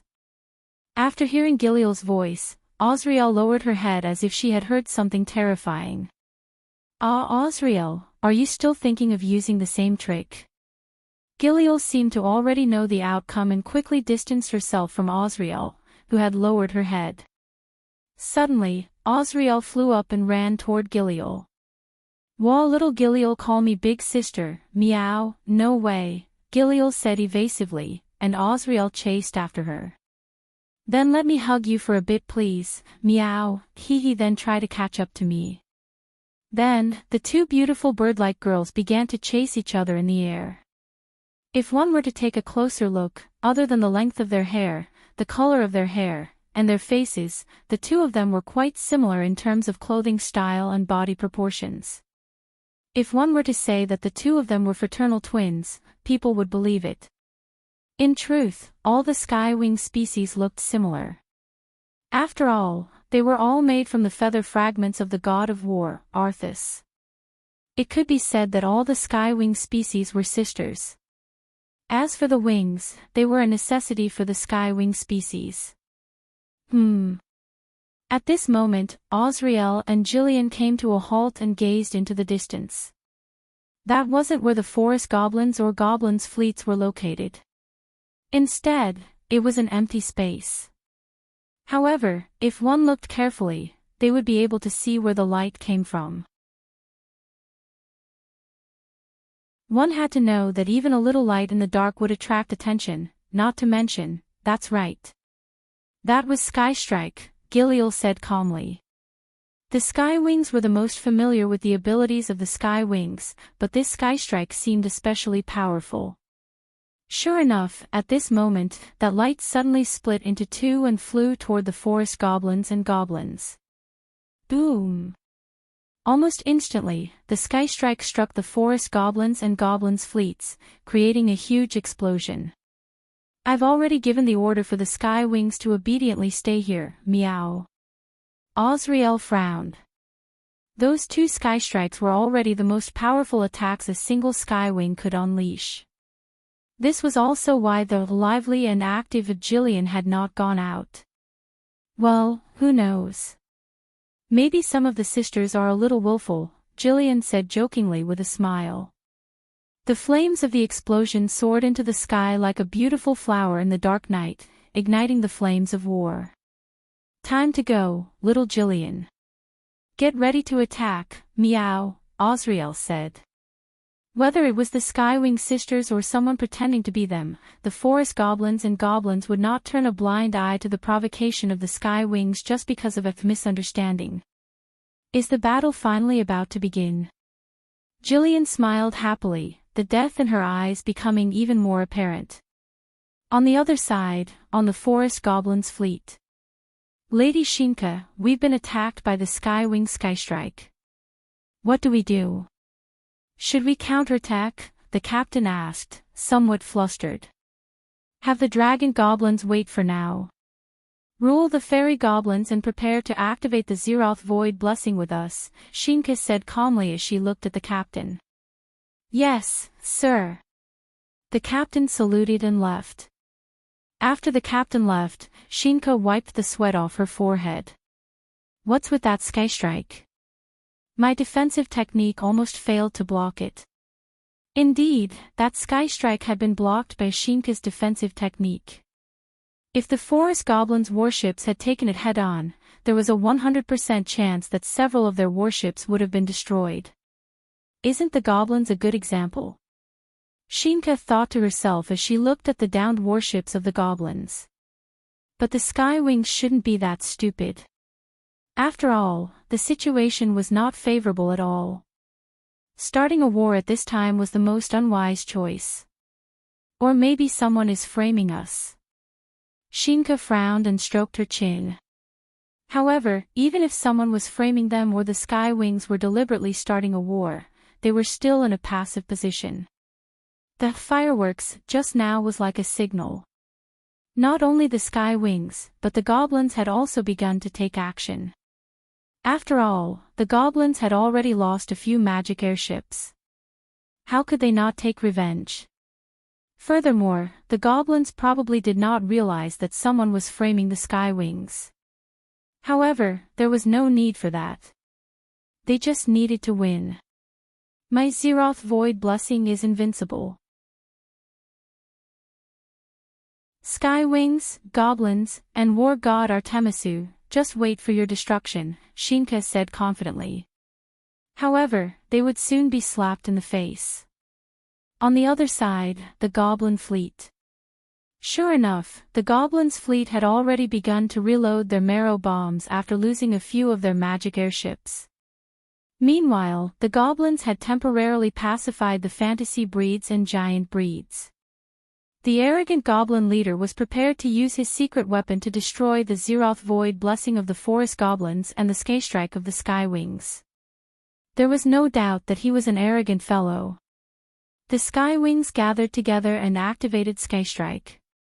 Because Lord Artemisu did not appear for some reason, all the Skywings began to listen to Osriel's orders and prepared to use Skystrike to simulate Artemisu's divine strike to deal with the forest goblins and goblins. On the other side, at the forefront of the forest goblin fleet, Shinka stood at the bow of the fleet and nodded at the Zeroth Void blessing prepared by the forest goblins behind her. On the other side, the goblin leader also nodded when he saw that the marrow bombs had already been reloaded. At the same time, the three sides seemed to have come to an agreement and unleashed their strongest attacks. Pseudo Skystrike. Zeroth Void blessing, release. Marrow bomb, fire. A white holy light with golden edges, an energy pillar filled with green energy, and several missiles comparable to hydrogen bombs and atomic bombs were used at the same time. However, these three attacks seemed to be attracted by something and directly deviated from their predetermined trajectories, heading toward an empty space. Osriel realized something. That was where the Skystrike that had started the battle had been fired.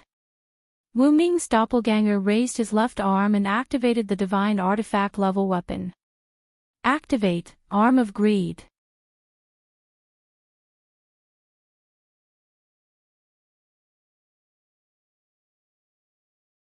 Chapter 438.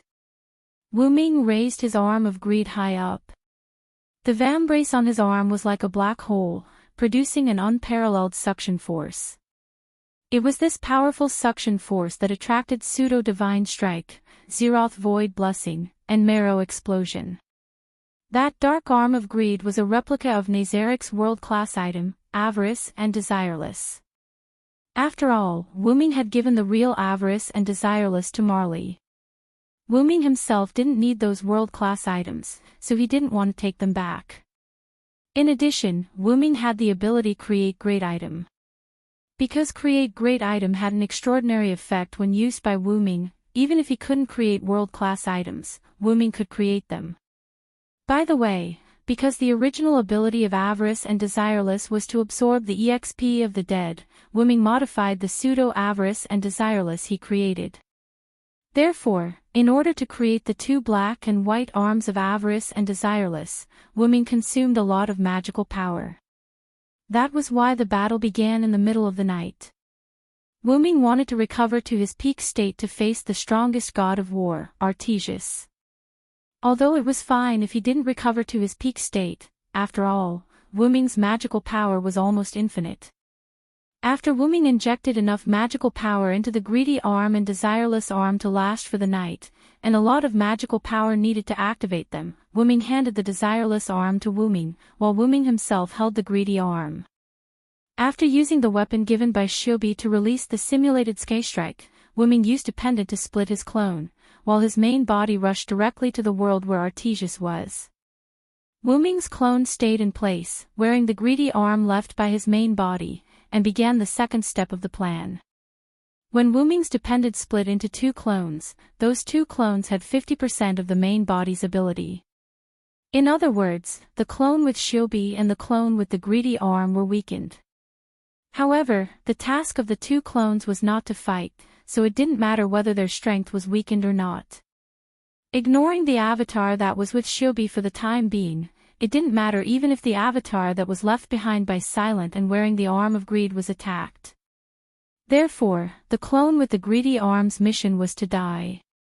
After Wuming transformed avarice and desireless no longer collected EXP, it collected power to collect it.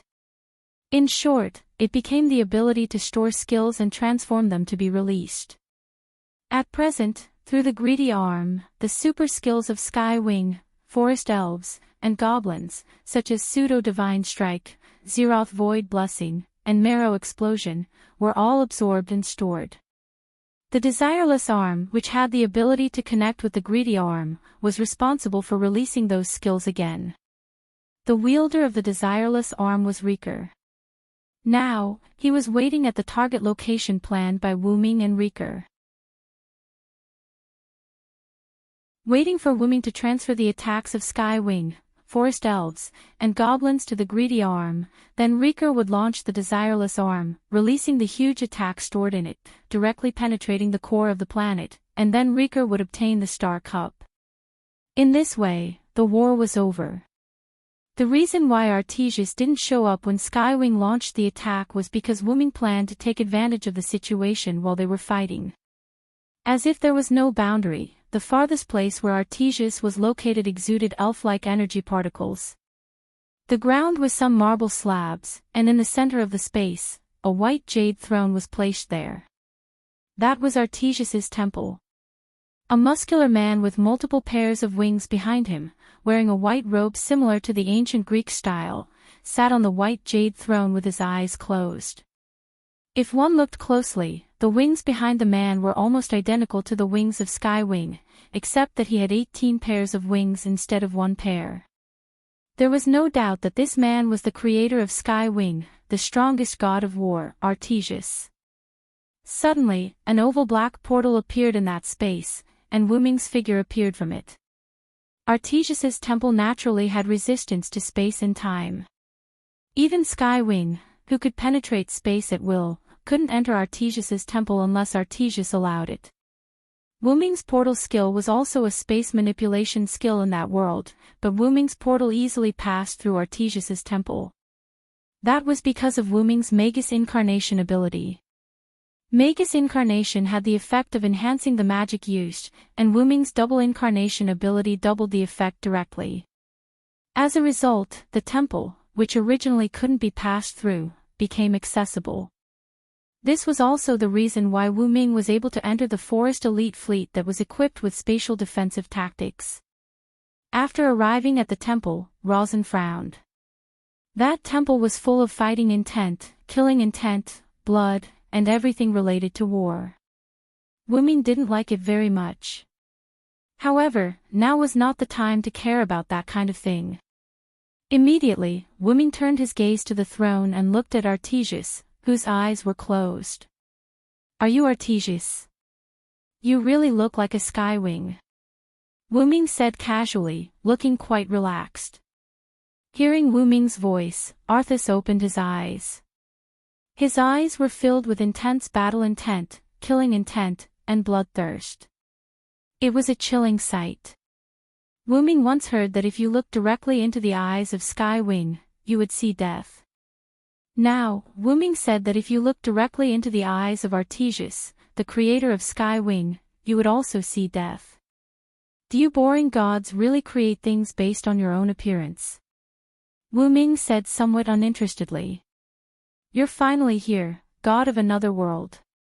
Artesius ignored Wuming's ridicule and began his speech. I've waited for too long. There's no one in this world who can defeat me.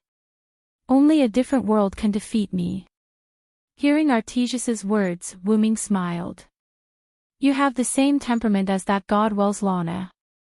He's also been looking for someone who can defeat him.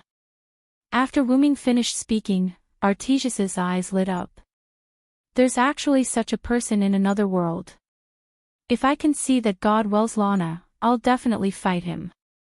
However, you won't have the chance. Wuming began to move. His legs moved toward Artesius. His speed became faster and faster. In an instant, Wuming's figure disappeared in front of Artesius.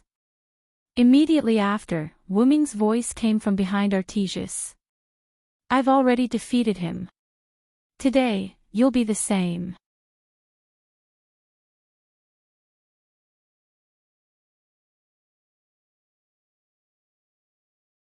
Chapter 439. Wuming's voice fell, and a sword light swept across Artemisia's neck. Bang!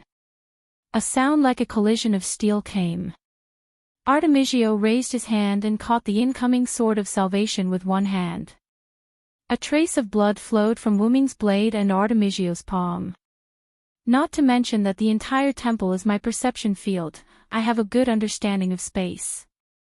Don't try to show off your meager skill in front of an expert. Artemisio didn't care about the pain and blood, and said calmly. Instead, the blood made Artemisio more energetic. That's right, what Wuming used just now was not the Phoenix Incarnation's lightning speed, but a simple space transfer magic. Although Wuming didn't use it before, it didn't mean that Wuming didn't know how to use it. It's just a simple test of your power. It's not like I'm displaying my slight skill in front of an expert. After saying that, Wuming once again used spatial transference magic and returned to his original position. Then, let's get started, Artemisio. Wuming brandished his divine blade of salvation, which was shaped like Excalibur, and pointed its tip at Artu. As you wish. After Artemisio finished speaking, his figure disappeared. There was no doubt that this was a more advanced space ability than the Sky Wings. At the moment when Artemisio disappeared, Wuming waved his sword fiercely behind him. Bang! The sound of steel colliding came again, and Wuming and Artemisio were shaken back. What a terrifying space ability, Artemisio. Wuming looked at Artemisio seriously. Although Wuming was called the Root Dragon and had the ability to adapt to space and time, it was basically passive. It could be said that he didn't have the slightest active skill. It could be said that the only time and space ability he had was the Phoenix Incarnation and the space transfer magic. It could only be said that Wuming was still too young. Perhaps he would have to wait until he reached adulthood to fully master the space ability. As for the Root Dragon. Cough, forget it, let's find another way. While Wuming spoke, Artesio also looked at his hand. There was a small bloodstain on his palm and a thick bloodstain on the back of his hand. These were all caused by Wuming's divine blade of salvation. The former was caused by Wuming being grabbed by Artesio when he ambushed him. With his self-healing ability, the wound was almost healed.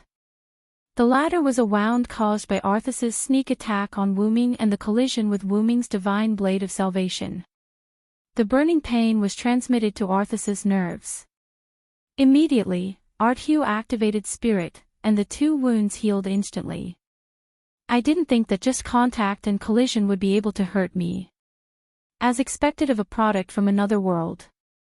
I'm getting excited. Due to his injuries, the battle intent in Arte's eyes burned even brighter. This is the divine blade of salvation that killed countless god slayers. Not only that, but it also killed a lot of gods. Wuming said to Arthas with a raging smile on his face. When Rama held the divine blade of salvation as the last king, in addition to killing god slayers, he also killed other disobedient gods. After all, not all disobedient gods were on good terms with the last king. Just like Velaslana, if he met Rama, he would definitely challenge him until he died. Even Rama himself forgot how many enemies he killed, which meant that the enemy was not only the god slayers, but also the disobedient gods. The divine blade of salvation, huh? Then let me see its power. After that, Arthas gathered energy in the palm of his hand and formed a dark blade. Then, Arthas pointed the blade at Wuming. Arthas hoped that someone could defeat him, even if he died. However, this did not mean that Arthas would go easy on the opponent. To Arthas, defeating an opponent that he could not defeat was just a dream. However, Arthas especially hoped that this dream would come true. Therefore, Arthas would use all his strength to defeat Wuming. He's coming, you're a traveler from another world. Arthur roared angrily and sped up toward Wuming. I have a name. Just call me Wuming. Wuming, like Arthas, roared and rushed toward Arthas with the divine blade of salvation. Bang! Two extremely powerful weapons collided with each other, creating a huge boom. Even the air was faintly distorted. Like a signal to start, the sounds of weapons colliding became more and more frequent, and the speed was getting faster and faster. Bang! Bang! Bang! Bang! The two of them kept swinging their weapons at a speed that ordinary people could not see. Whether it was Wuming or Arthas, both of them were simply swinging their swords. Using their reflexes and their own reaction speed, the two of them kept attacking each other with all kinds of skills. The two of them kept moving around the temple. Countless sword and saber lights were emitted from the space between the two of them. Those were simple physical impacts caused by the speed and power of the attacks being too fast. The marble floor of the temple was destroyed by the two of them like tofu. Traces of chaos appeared everywhere in the temple. Even the throne of the temple was damaged. It was enough to show the intensity of the battle between the two of them. Bang! Suddenly, Wuming and Artemis separated and stared at each other. I didn't expect you to be able to surpass me in hand-to-hand combat. I'm so happy. Arthas smiled like a Spartan as he looked at Wuming excitedly. This was taught to me by my master, the Godslayer. Coupled with years of practice, I naturally have such martial arts.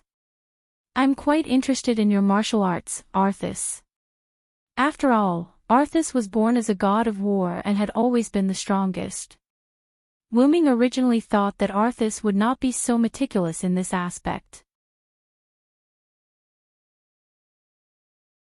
As a god born from heaven and earth, shouldn't they generally be able to defeat their enemies with one move or use powerful magic? However, not only was Arthas able to fight Wuming in hand-to-hand combat, but he was also not at a disadvantage. This was beyond Wuming's expectations. Not only that, but Wuming also found that Arthas's martial arts did not seem like talent. That was why he raised this question. Then, Arthas answered Wuming's question. My strongest name indeed comes from my powerful ability, Divine Strike. However, as the god of war, how can I not know martial arts? That's right. The god of war did not just mean the god of war, but also the god of war. That was why Arthas was able to fight Wuming in hand-to-hand combat. But even so, you've reached the end of your road. As soon as Wuming finished speaking, the sword in Arthas's hand shattered instantly. It could not be helped. The sword was only created temporarily by Arthas using the energy in his body. Naturally, it was not as good as Wuming's divine sword of salvation. It was a miracle that Arthas was able to hold on for so long in hand-to-hand combat with Wuming. Arthas did not have a specific weapon. As the strongest god of war, his body was the best weapon. The collision with Wuming's divine sword of salvation proved this point. However, Arthas would not be foolish enough to go head-to-head with his opponent's divine weapon. In that case, I'll let you have a taste of my magic.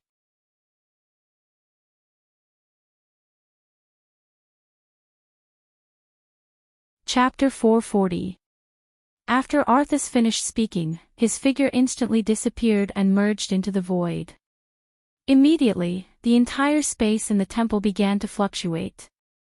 Because I'm the god of war, I don't know much magic other than melee combat, and I'm not going to use magic. In that case, I only have one move left, and that is Divine Strike. That was the upgraded version of Skywing Race's Divine Strike.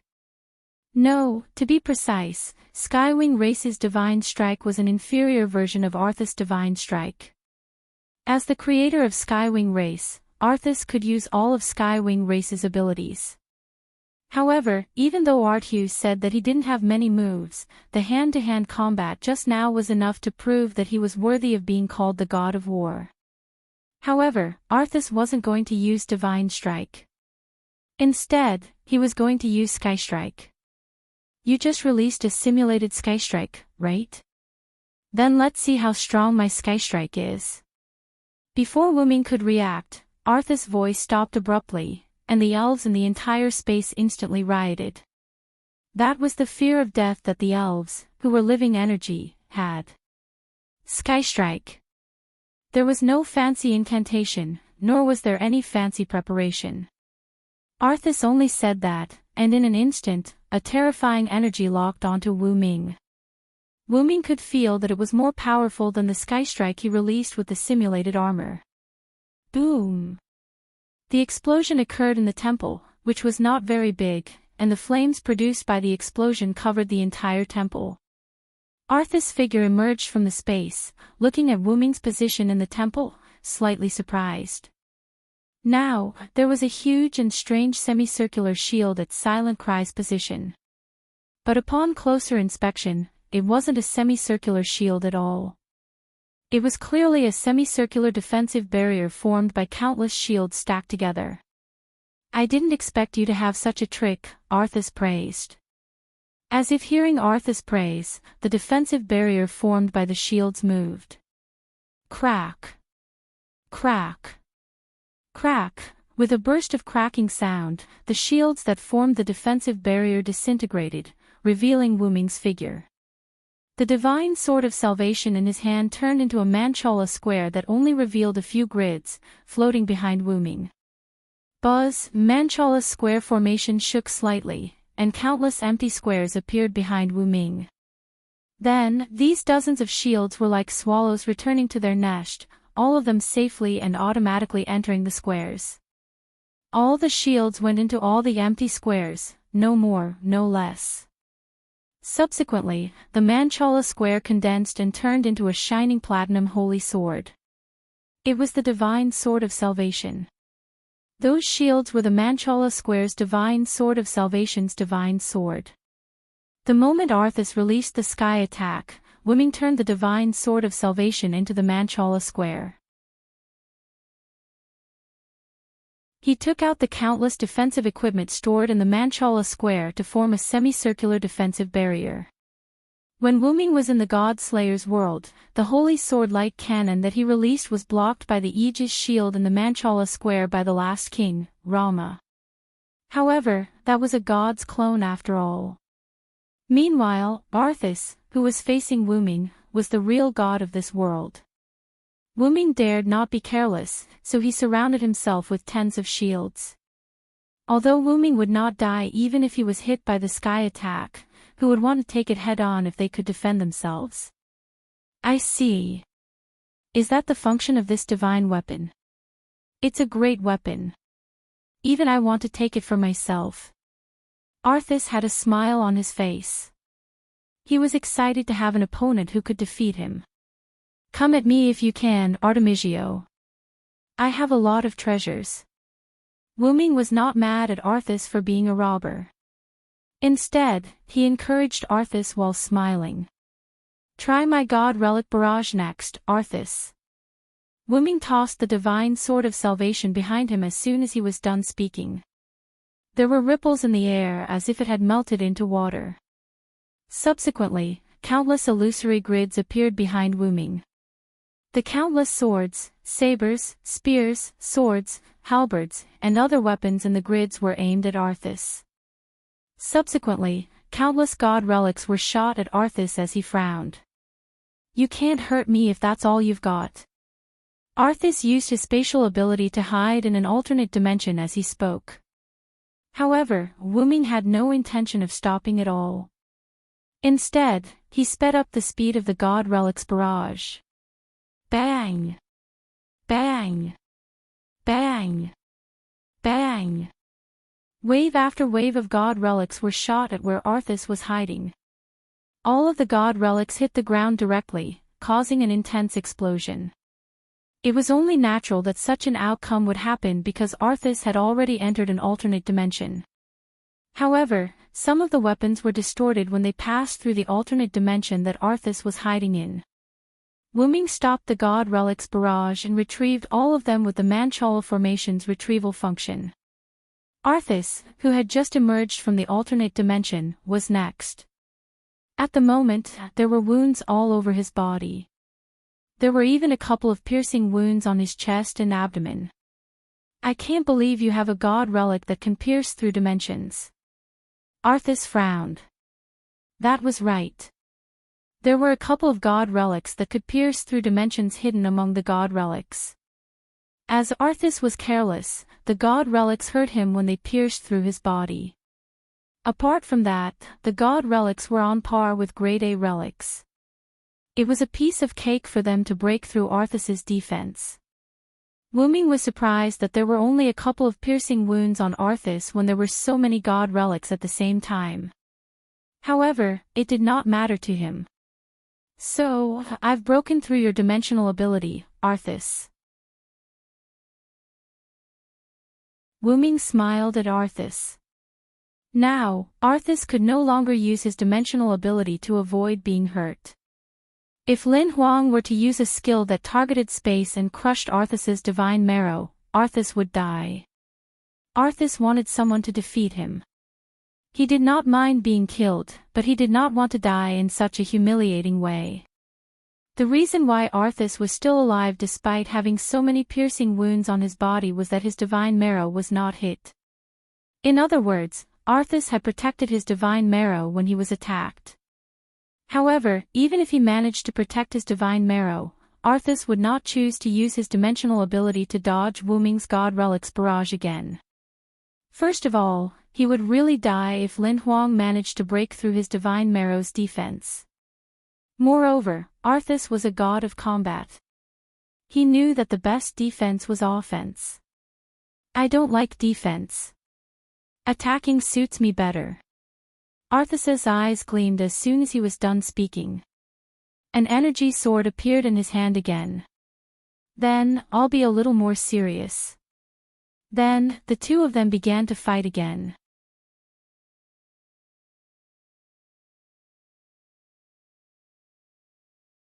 Chapter 441.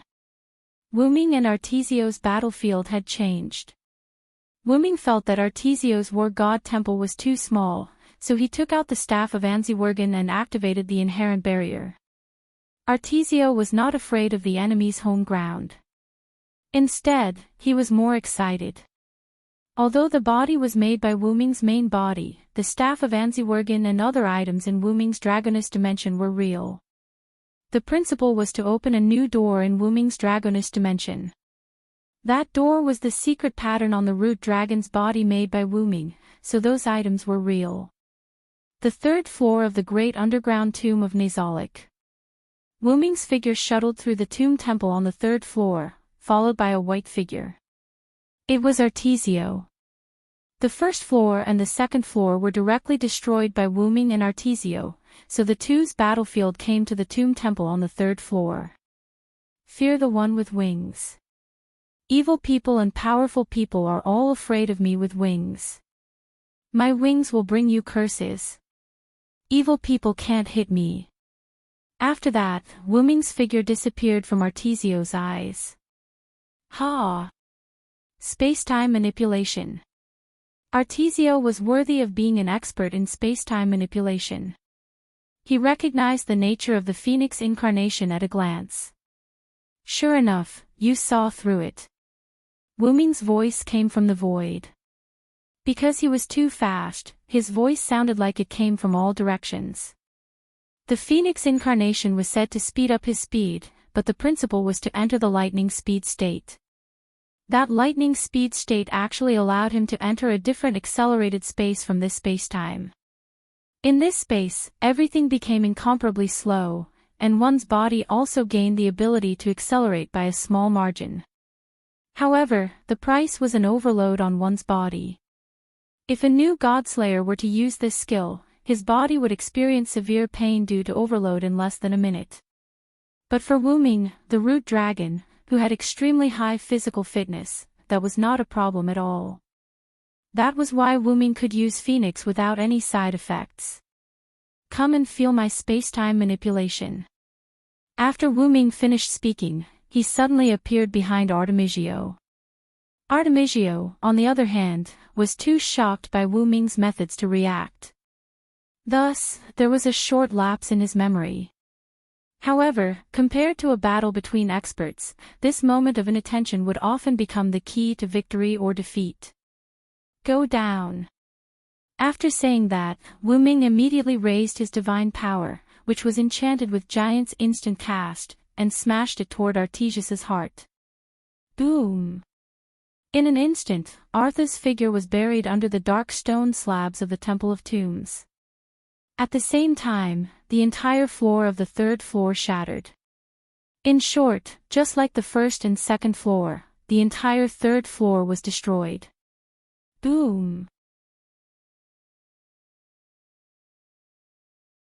Accompanied by a loud roar, the sky above the fourth floor of the underground lake seemed to be broken, and countless broken stones and other things came to the fourth floor of the underground lake. Plop, plop, plop, accompanied by the sound of countless stones falling into the water, Wuming's figure floated above the lake. Wuming looked at the lake vigilantly. The blow just now did hit Artesio's heart, but Wuming had a feeling that Artesio was not dead yet. Although Wuming hid his 12 incarnations' ability to surprise Artesio, he successfully used Phoenix to speed up Artesio, and then used Giant's power to hit Artesio. However, Artesio must have some means to avoid fatal injuries. Wuming heard from Shobi that if you want to kill a god, you must destroy the god's divine essence. Just like human heart and brain, the divine essence was the root of the god. The Elven corridor was also the first to give birth to the god's divine essence. However, unlike human heart and brain, the god's divine essence was not necessarily in the heart, and it might not even be in the brain, but in any part of the body. Moreover, the god's weakness was really only the divine essence. Unlike human heart and brain, serious injuries to other parts of the body may also be fatal. The god's body was not afraid of physical damage. In fact, the god's body was a practical skin bag. As long as the divine essence was intact, the god could even abandon the body and make another one. Wuming did hit Artesio's heart just now. Under that kind of attack, even Artesio's body should be dead if the divine essence was in the heart. Since Wuming could still feel that Artesio was still alive, it meant that Artesio's divine essence was probably not in the heart. Not to mention that, Wuming put a lot of effort in order to kill Artesio with one blow. Wu Ming's current divine essence was not as powerful as his original body, so he could only use his 12 incarnations one by one, and their power was greatly reduced. In addition, he couldn't use double incarnations normally. The Titan incarnation just now could be so powerful because of overload, but also because of that, Wu Ming's Titan ability was temporarily unavailable. Because Wu Ming used Titan incarnation, the slate representing Titan incarnation in Wu Ming's heart was in a blood-red state, which meant that this ability was temporarily unavailable. That was the price of instantaneous power, but it was also the price of overloading, and that price would take about 3 days. Titan incarnation was Wu Ming's most commonly used ability. After all, it was simple and crude. Now that this ability was sealed, Wu Ming could be said to have lost a great help. However, it couldn't be said to be absolute. Simply put, it wasn't a big deal. Then, Artesio flew out of the underground lake. Sure enough, although Artesio was in a mess, and his heart was protruding, Artesio did not show any signs of dying. There was no doubt that the spirit essence was not in his heart. Because Wu Ming attacked from behind, the left part of his chest that was covered by his clothes bulged. Speaking of which, the scene of a man's chest bulging was too beautiful to believe. You wanted to hit my spirit essence from the beginning? That's a good plan. Although Wu Ming didn't use any tricks at all. I have to say, you're really a monster, Artesio. Even if Wu Ming didn't hit his spirit essence, he should have been affected by Wu Ming's Titan incarnation, but Artesio didn't show any signs of damage. Ha ha ha. I am the strongest god of war, the god of war. Artesio roared, and the spirit essence in his body was activated, and all the damage on his body was healed. He looked just like when he first met Wu Ming. You should have more trump cards, right? I know I'm going to lose soon, but my pride won't allow me to admit defeat. Artesio was really smart. He also knew that he would be defeated by Wu Ming later, so he said it bluntly. In that case, I will bet everything I have to release this final divine strike.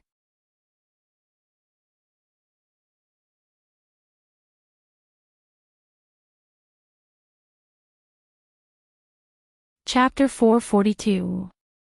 The gods of discord were not weak, but even so, they were not that strong. The Skywing species had killed gods, the Kikai species had the ability to kill gods, and the forest goblins and goblins had developed weapons that could kill gods. Through these, it was clear that gods were not unkillable. In fact, to put it simply, a god was a creature that was stronger than other creatures. Wu Ming was a god, wasn't he? Therefore, although Wu Ming was wary of the gods of this world, he did not take them too seriously. Putting aside the fact that Wu Ming, who was a god slayer, was the natural enemy of these gods, Wu Ming had 12 clones that were comparable to 12 relics and the divine sword of salvation that contained almost all mythical god relics. Not to mention, the divine sword of salvation was powerful. It was a holy sword that had the power to split a star. Then, after Wu Ming met Arceus, he did not think that the gods of this world were weak. Although he was prepared for it, Arceus's strength still surprised Wu Ming. Arceus's powerful body could fight Wu Ming to a standstill. His martial arts skills were not invincible, but they were not weaker than Wu Ming's. He was only slightly weaker in hand-to-hand combat with Wu Ming. His almost endless spirit energy was used to power his powerful sky attack, and its power was comparable to the Skywing's divine sword. Arceus could kill gods, so it was not unreasonable for him to be called the most powerful god of war. However, that did not mean that Wu Ming was afraid of him. Wu Ming had already estimated that only Arceus, who was known as the most powerful god of war, could fight him. Arceus was slightly weaker than Wu Ming in hand-to-hand combat. His sky attack could not break through the defense of Wu Ming's god relic shield, and his hiding space could be broken. Moreover, Wu Ming could adapt to time and space, so he was immune to most of the damage and skill effects in time and space.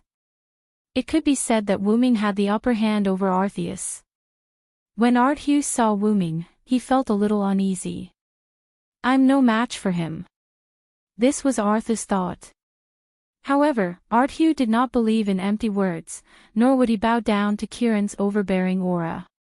Only when he was completely defeated, or even killed, would Arthas admit that he was the strongest god of war. But his wish to be defeated had been fulfilled. Thus, Arthas and Wuming began fighting one-on-one. He did not even bother with his Skywing subordinates, which was why Arthas did not show up. The Skywing species had been created by Arthas as a weapon to kill him. However, Arthas was not a pedantic person. After knowing that his creations could not kill him, Arthas did not count on the Skywing species. It was rare for him to meet someone who could defeat him. Ardhugh was excited.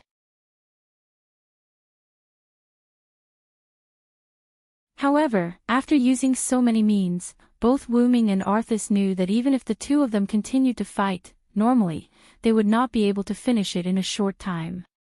Arthas did not like to drag things out. He was ready to use his ultimate move.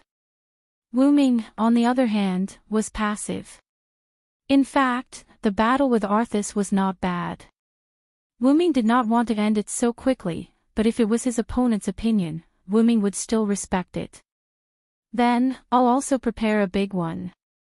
After Wuming said that, he let go of the Sword of Salvation, and the Sword of Salvation merged into Wuming's body like a spirit. Immediately, Wuming raised his right hand and began to gather magical power. In Wuming's inner world, there were 10 small stone plates on the huge stone plate, one of which was already shining red. That was the stone plate representing the Titan. Immediately, the pointer in the center of the stone plate turned, and the long and short pointers pointed to the stone plate at 11 o'clock. The stone plate was engraved with a slowly burning sun, which made people feel hot just by looking at it. In an instant, the stone plate representing the incarnation of the sun turned scarlet, which meant that the sun's stone plate could no longer be used. For victory, come to me quickly. Immortal sun, please grant me a shining steed. Spirited horse, with the lifeline of my origin dragon, I bestow upon the eternal glory. Bring me the shining wheel of light that symbolizes me. With Wuming's words, a small fireball appeared in Wuming's hand. In an instant, the small fireball continued to expand and became extremely huge in an instant. Inside the fireball, the shape of a steed could be vaguely seen. The steed was constantly restless, and the fireball exuded intense heat. The extremely high temperature made the space begin to distort, and it felt like it was going to break. Wuming looked at Arthas on the opposite side. At that moment, a large number of spirits flashed around Arthas's body, and the sky above the underground lake on the 4th floor of Nazalic instantly became dim. A huge cloud tornado slowly hovered above Arthas's head. Arthas was even more flashy than Wuming. Divine Strike. Arthas's voice fell, and a huge pillar like a huge holy sword beam connected to Arthas through the cloud tornado above the sky, and countless energy spewed toward Wuming. Wuming simply gathered his power and then threw it in the direction of Arthas's Divine Strike. In the process of throwing, the fireball expanded a lot again, and it really looked like the sun. At that moment, the entire 4th floor space was shattered at a speed visible to the naked eye, which was the precursor of the two powerful attacks about to collide. Boom! The sun and the light pillar collided, causing an extremely violent explosion. The explosion covered the entire Nazalic. The strong attack destroyed the 5th, 6th, 7th, and 8th floors of Nazalic. The underground tomb of Nazalic disappeared. It couldn't withstand the double destruction of Divine Strike and the sun. After the barrier of Nazalic was broken, the damage caused by the two attacks also began to affect Arthas's temple. In just an instant, Arthas's temple melted. In the outside world, Shik was dumbfounded as he watched his team's attacks being diverted to another direction. Shankar was very smart. How could he not understand what was going on? It was clear that his Zeroth Ward of the Void was used by someone else. Retreat! Shankar immediately ordered. Yes. The captain immediately ordered the fleet to retreat. They didn't know who the enemy was, so it was unwise to attack rashly. Obviously, the goblins on the opposite side also thought the same. The goblins' magic airship also began to slowly retreat. At that moment, a huge crack appeared in the space above Abendheim. Immediately, like glass breaking, the space above Abendheim shattered. Boom!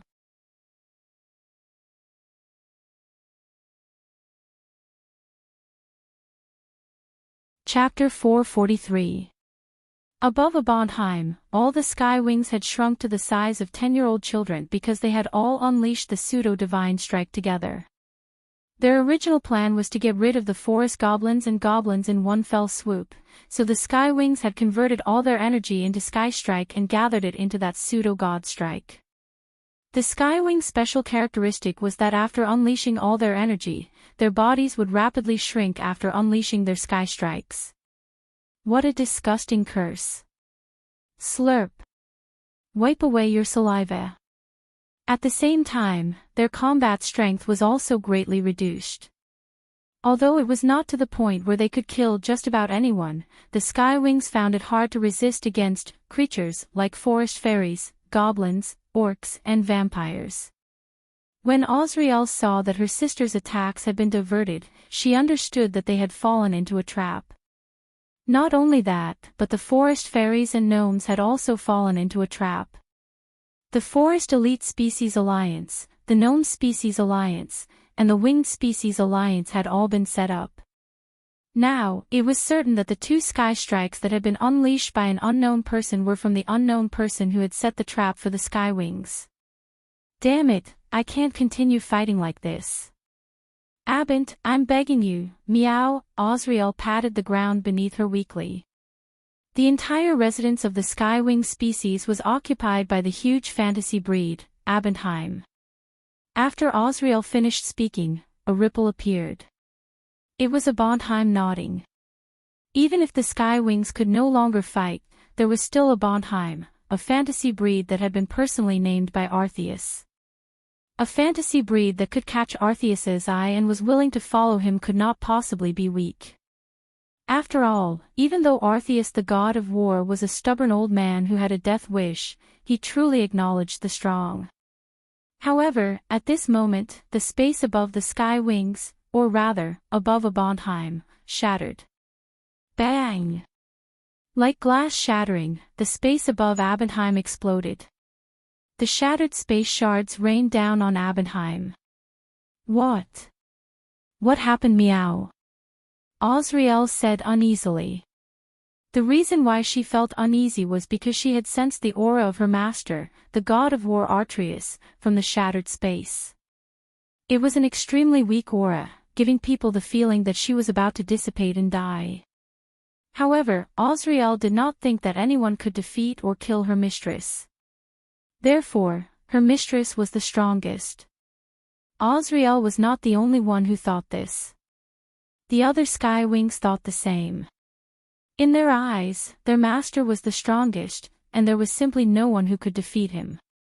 However, just as the Forest Sprite Alliance and the Gnome Alliance were about to retreat, and the Skywings were lost in their fantasies, a figure flew out of the shattered space, or rather, fell out.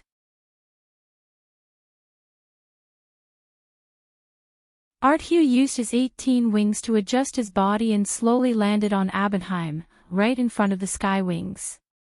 Wuming also came out of the shattered space right after Artexiu. Wuming was not in a hurry to chase after Artexiu. He turned around and began to speed up the repair of the shattered space.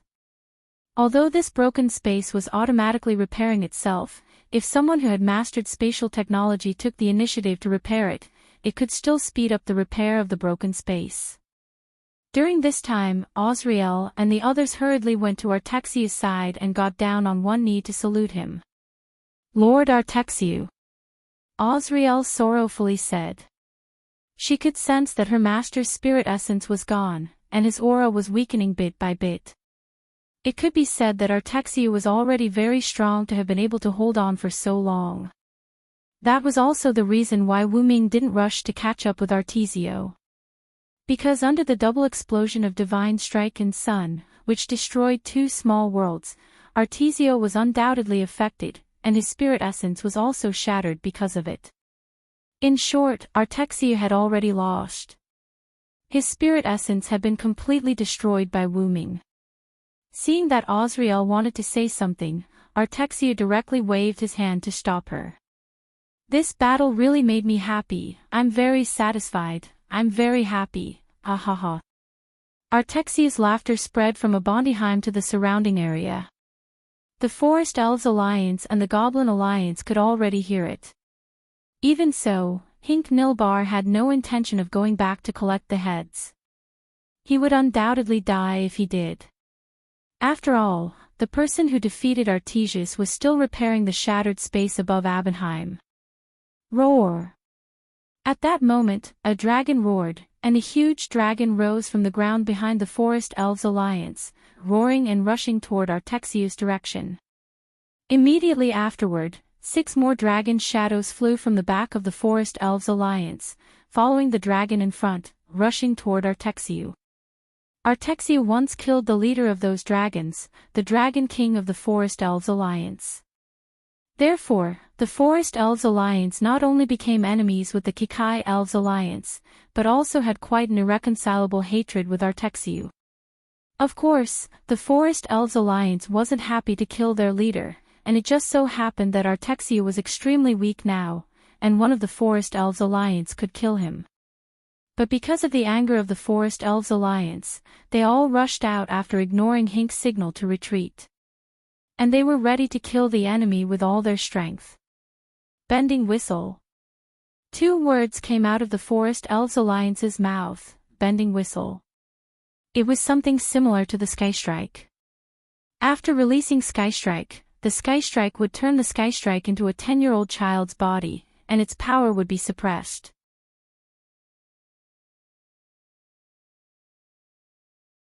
It could be described as a big killer move, because either the opponent would die, or the Forest Elves Alliance would die because they had no power. It was that simple. The Forest Elves Alliance's Bending Whistle was a powerful skill that condensed the whole body's vitality and magical power to release everything. That was also a big killer move. Whether the opponent died or not, the Forest Elves Alliance would definitely die. However, that also represented how irreconcilable the Forest Elves Alliance and Artexia were. In an instant, the first Forest Elves Alliance opened its mouth, and its whole body's energy and vitality were condensing. The leader of the Forest Elves Alliance was ready to release its full attack at the cost of its life. Roar! Not only that, but the 6 Forest Elves Alliance behind it also began to prepare to launch Bending Whistle. It seemed that those Forest Elves Alliance also had the idea of destroying all the Skywing Elves Alliance, so they launched that fatal attack. However, Wu Ming wouldn't just stand by and watch. In those few seconds, Wu Ming repaired the broken space in the sky and used space teleportation to reach the path of Bending Whistle. In an instant, Wu Ming took out the golden ball from his golden ripple and used it again. Mechanical armor covered Wu Ming's body. Pseudo-Dragon Roar.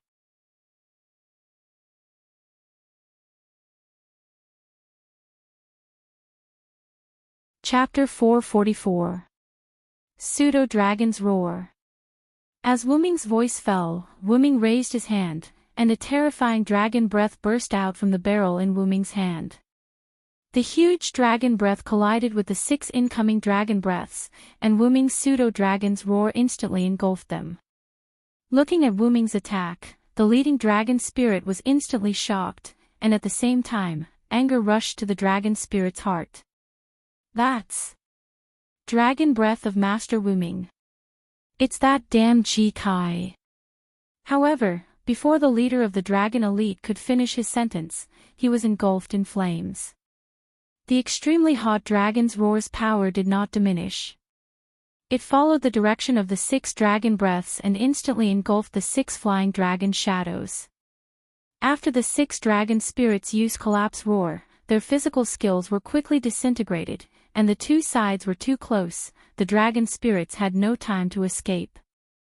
Even if they escaped, with their bodies that had begun to collapse, they would not live long.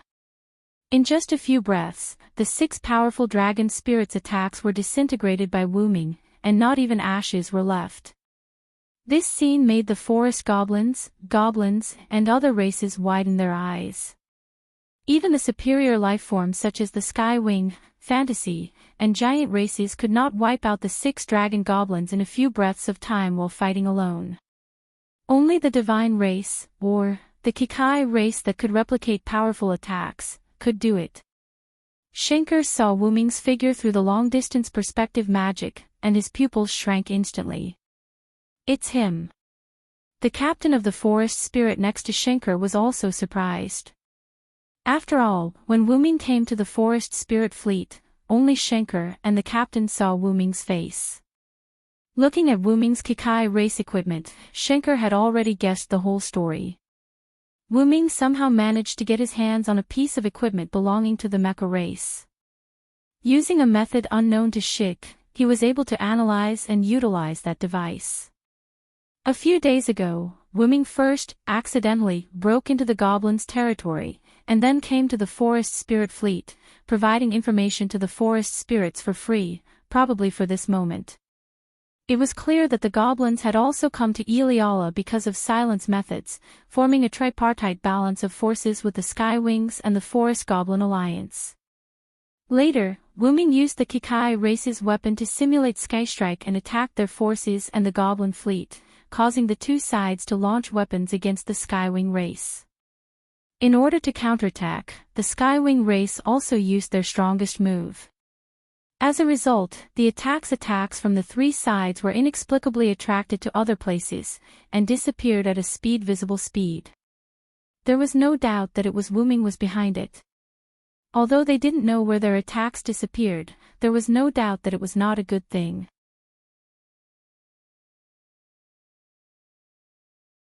Are the forest spirits ready to use the teleportation spell against the fleet?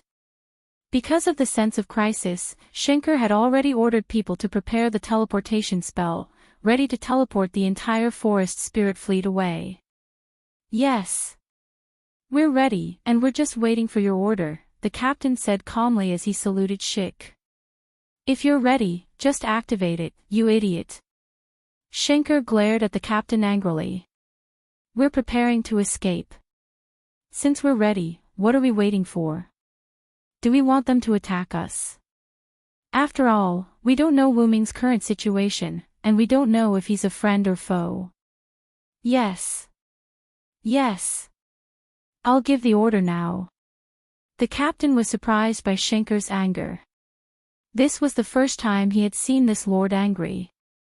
The captain left to inform the teleportation spell, while Shankar still stood at the bow of the warship, looking at Wuming, who was using the X-ray vision spell. How dare you toy with me, Shankar Nilbar, in the palm of your hand. Even if you're a god, wait for my revenge. After all, the Zeroth Ward of the Void that she, Hink Nilbarian, had developed was not for anything else but to slay a god. And the god that Hink Nilbarian wanted to slay the most was the creator of the forest elves, the forest god Canis. As long as there's no more Lord God, Nina and I can be together. Hee hee. Hee hee hee. Shankar's expression darkened. Accompanied by Shankar's laughter, the entire forest spirit fleet disappeared from the battlefield. At the same time, the goblin's magic airship had turned around. Intense flames erupted from the huge nozzle behind it. Then, the entire goblin fleet flew into the distance like a meteor shower. The fairy, dragon, fantasy, and giant species that had cooperated with the two sides were all dead. The fairy was in the forest spirit fleet, while the fantasy and giant species were behind the goblins. When they saw the goblins fleeing, they fled as well. Since their allies had fled, what was the point of them staying here?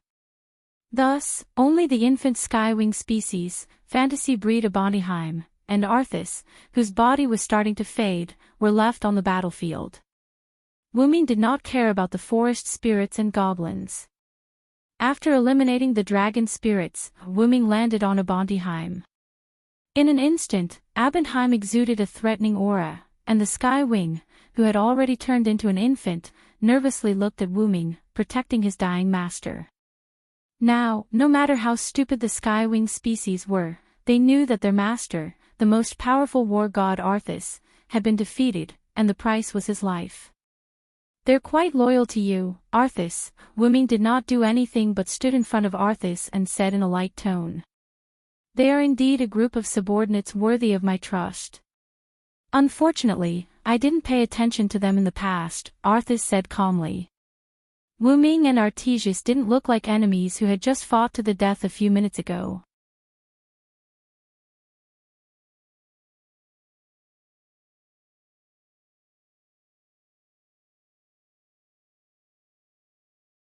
Chapter 445. Are you satisfied with this battle, aren't you? Ha ha ha ha ha. After Wuming asked the question, Arthas started to laugh loudly.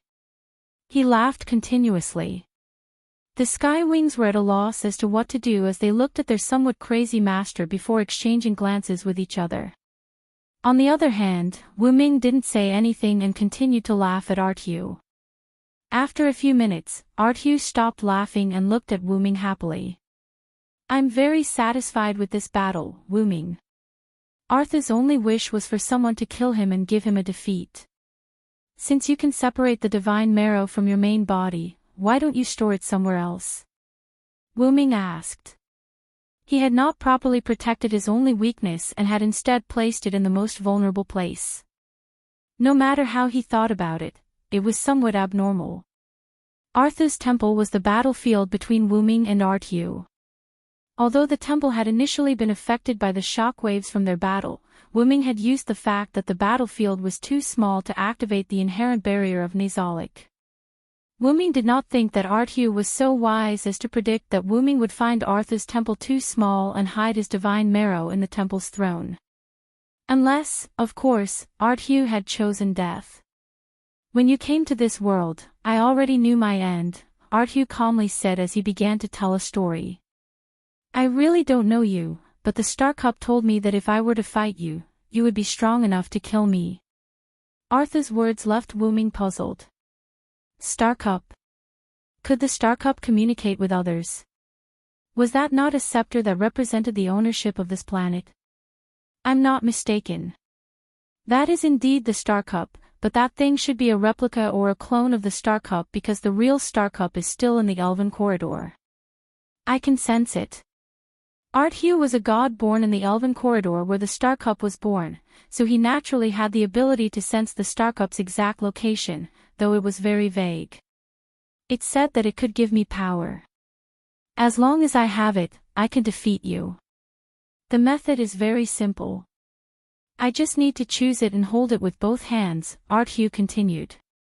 However, since Arthu said so, he definitely did not choose to accept the Star Cup's power. I didn't choose that thing's power. As a god of war, taking shortcuts is a disgrace to me. Knowing that he would be defeated and killed, choosing to live with the power given by someone else was extremely ironic to Arthu. My god essence wasn't taken out by myself and placed on the throne of the temple. It was taken out by the Star Cup. Arthur's words shocked Wuming. Did the Star Cup come to life? After I rejected the Star Cup, I was ready to use my power to destroy it, but the Star Cup seemed to have been prepared for this. When I rejected it, it took advantage of my momentary distraction and drilled into the divine marrow in my body.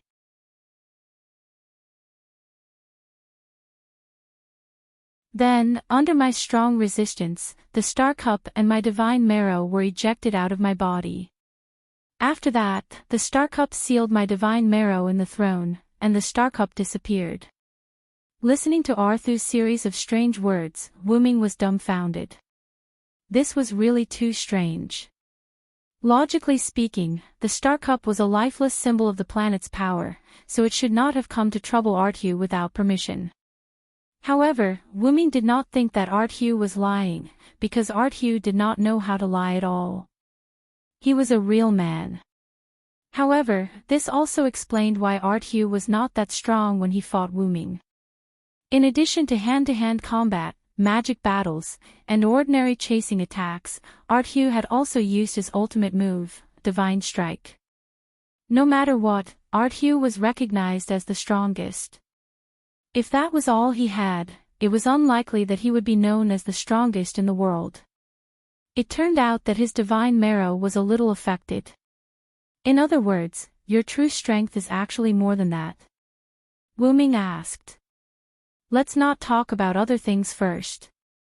The divine strike just now was not much worse than when I was at my peak. Even if I was at my peak, I would have been defeated by you. Arthu was right.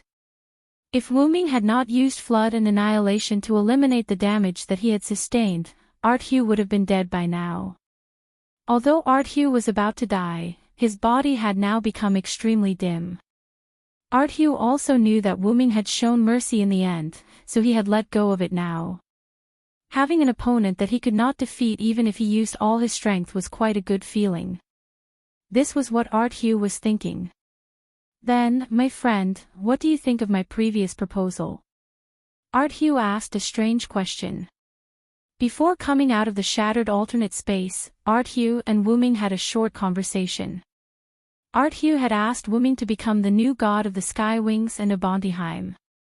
However, before Wuming could reply, Arthu had been drawn out of the alternate space by the increasing spatial shattering and had arrived at Abandheim. I accept.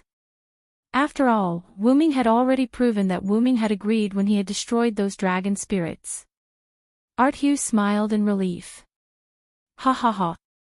I have only lost once in 100 battles in my life. Meeting you is the happiest thing that has ever happened to me. Arthu was like an old friend to Wuming, looking at Wuming with satisfaction before disappearing. Goodbye, my friend. Wuming watched Arthu disappear. Arthu, who had lost his god's vital spirit essence and had fought fiercely with Wuming, was beyond saving. This was like a servant's spirit core. Once the spirit core was shattered, the servant would be forced to leave. There was no other way. However, there should be other ways, such as the Star Cup. However, Arthu had only lost once in 100 battles in this world. This was the path he had chosen, and Wuming would not stop him. It had to be said that Arthas was a good friend. Between Silent Wonder and Arthas, it could be said that they had developed true feelings for each other. At this moment, Wuming suddenly thought of a problem. There was a problem with the Star Cup, a huge problem that could threaten Artetheus. However, even if there was a problem with the Star Cup, the rules of its appearance should not have changed. The only thing left was the most powerful divine soul seed, or rather, the Star Cup piercing through the core of the planet. Now, the Star Cup was about to be released from the planet's core. You guys stay here obediently. Remember to dodge if there is any danger. After Wuming said that, he opened a black portal and instantly went in, leaving behind a group of Skywing infants who did not know what to do and looked at each other.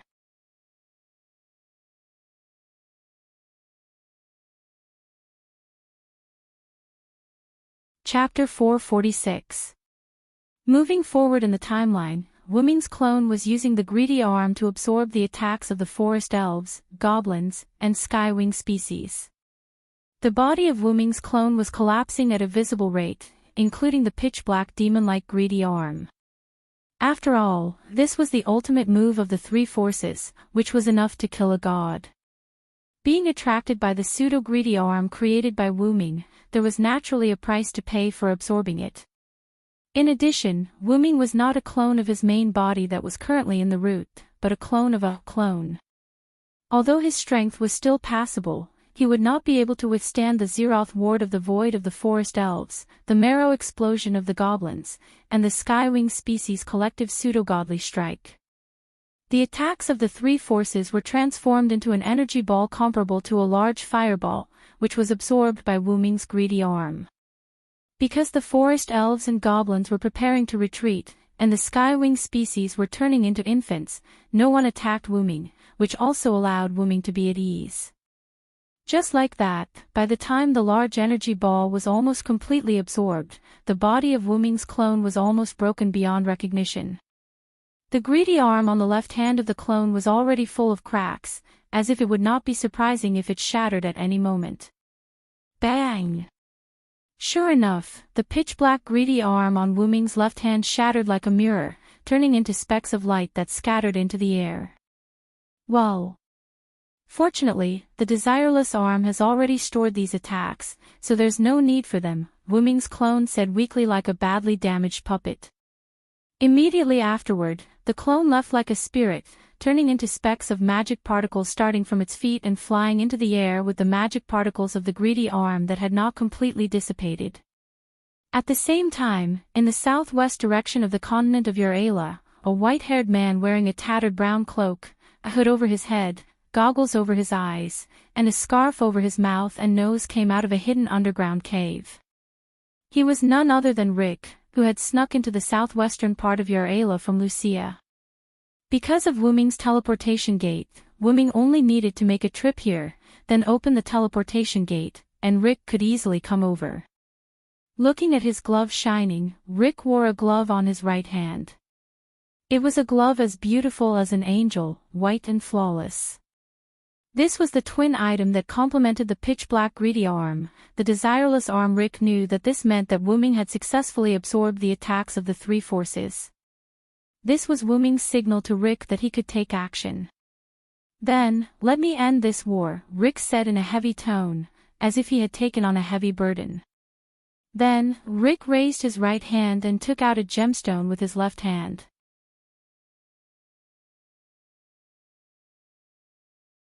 It was a crystal that stored magic.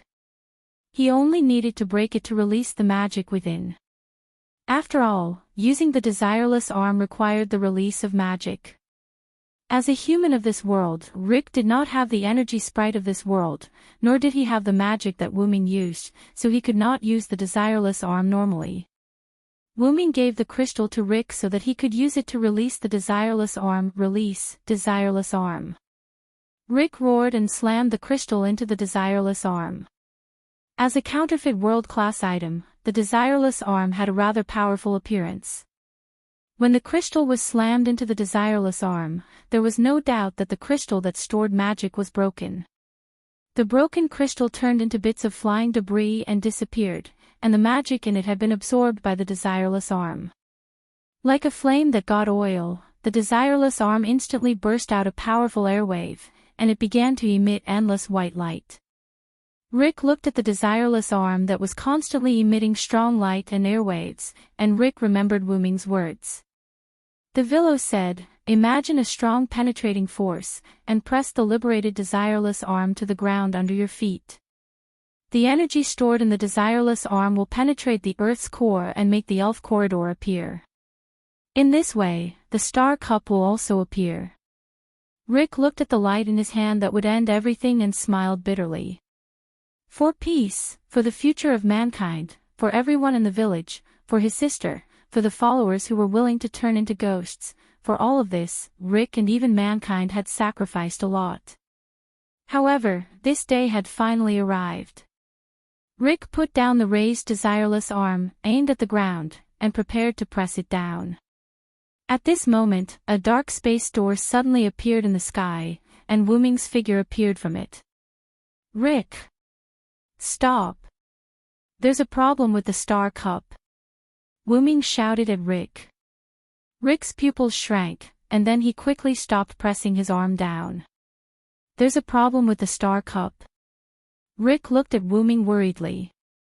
But before Wuming could explain, suddenly, a green figure rushed toward the defenseless Rick. Wuming reacted instantly, and Wuming instantly activated the Phoenix incarnation. Violent energy filled the Phoenix stone plate in Wuming's heart, turning it into a red alert state. If he didn't do this, Wuming didn't have the confidence to save Rick before the green figure. The green figure was too close to Rick, as if deliberately prepared. Poochie! Ugh! The sound of flesh being separated echoed, and Rick's muffled groan followed. Wuming grabbed Rick, and brought him to the side. The green figure held something in her hand, and came in front of Wu Ming. That thing was a pure white glove, like an angel's glove. However, there were traces of blood on the glove, which dyed the angel's arm red. On her side, Rick was sweating profusely. His left hand was hugging his only remaining right arm, and he was sweating profusely. That's right, the green figure took away the desireless arm along with Rick's right hand. At this moment, Wu Ming also clearly saw the green figure. The one who snatched Rick's arm was a female. She had long ears like the elves of the forest, and her golden hair reached her waist. Although her soft green clothes were a little conservative, they still couldn't completely cover her voluptuous and sexy body. Forest spirit. Rick looked at the woman in front of him with some resentment. No, I'm afraid that's the creator of the forest spirit, forest god Canis. After sensing the creature in front of him that looked like a forest spirit, Wu Ming was very sure that her aura was similar to Arceus. Without a doubt, this was a god. Forest god Canis. Rick clearly didn't expect that a small character like him would be targeted by a god. However, Canis is a bit strange. Wu Ming narrowed his eyes, and looked at Canis. Although it was indeed forest god Canis, right now Canis' eyes were lifeless, as if he was a puppet. Wu Ming more or less guessed the situation. At this moment, Canis grabbed the desireless arm, and pressed it to the ground. Boom! In an instant, a huge amount of energy burst out from the ground.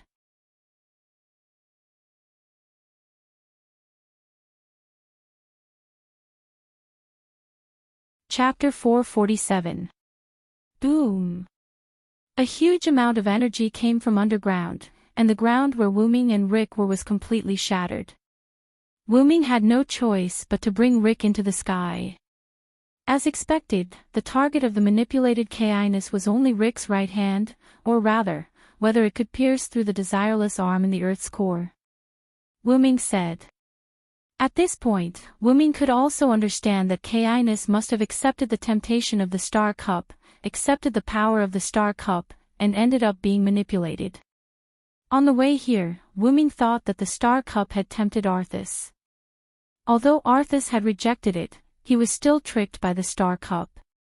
Then, wouldn't the Star Cup look for other divine seeds? The answer was no. Canis was the new divine seed that the Star Cup was looking for. After Canis accepted the temptation of the Star Cup took control of Canis' body and used him like a puppet. Its purpose was to save itself from the elf corridor. The Star Cup first looked for Arceus because he was the strongest war god, but because Arceus had rejected and wanted to kill itself, the Star Cup paid Arceus a price. Then, the Star Cup looked for Canis. And Canis was afraid of the horror of being killed, so he accepted the Star Cup's proposal and became the Star Cup's puppet.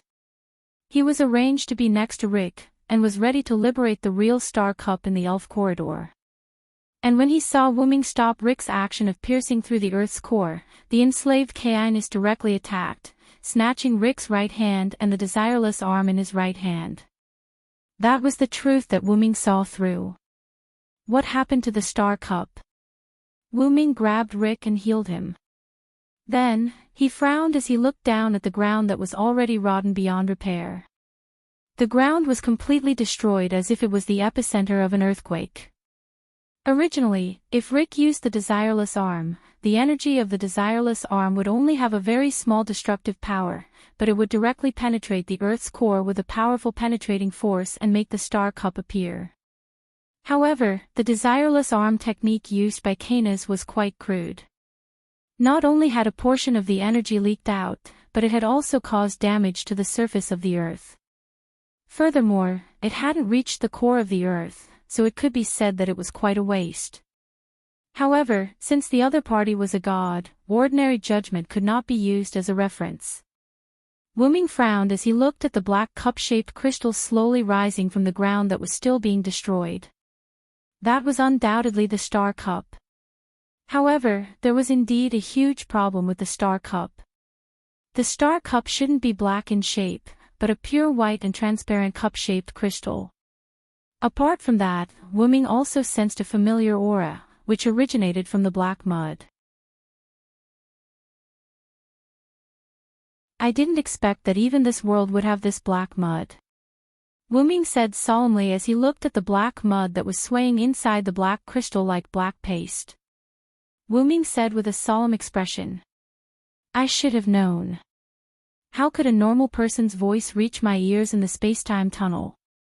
Only the black mud, which also has the power of the origin, could transmit that voice to my ears." Wuming's analysis was correct. The reason why Wuming could hear Rick's sigh in the beginning was all because of the black mud. The black mud was deliberately hidden in the elven corridor that was full of elves, so Wuming's perception couldn't take effect for a while, so he didn't sense the presence of the black mud. After attracting Wuming to this world, the star cup that was possessed by the black mud began to plan its escape as if it had its own consciousness. It punished Arthu who resisted it, controlled Canis who accepted it, seized Rick's right hand, and successfully liberated the star cup from the elven corridor. I was tricked. Wuming wasn't too angry. This was the power of wisdom. Wuming was quite impressed. Even Wuming didn't expect a star cup that had just developed its own consciousness to be so calculative.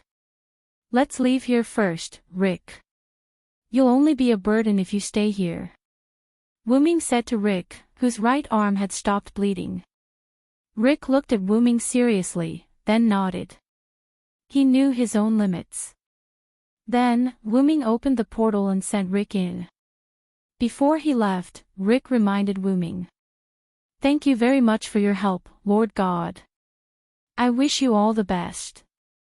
With that, Rick threw himself into the black portal.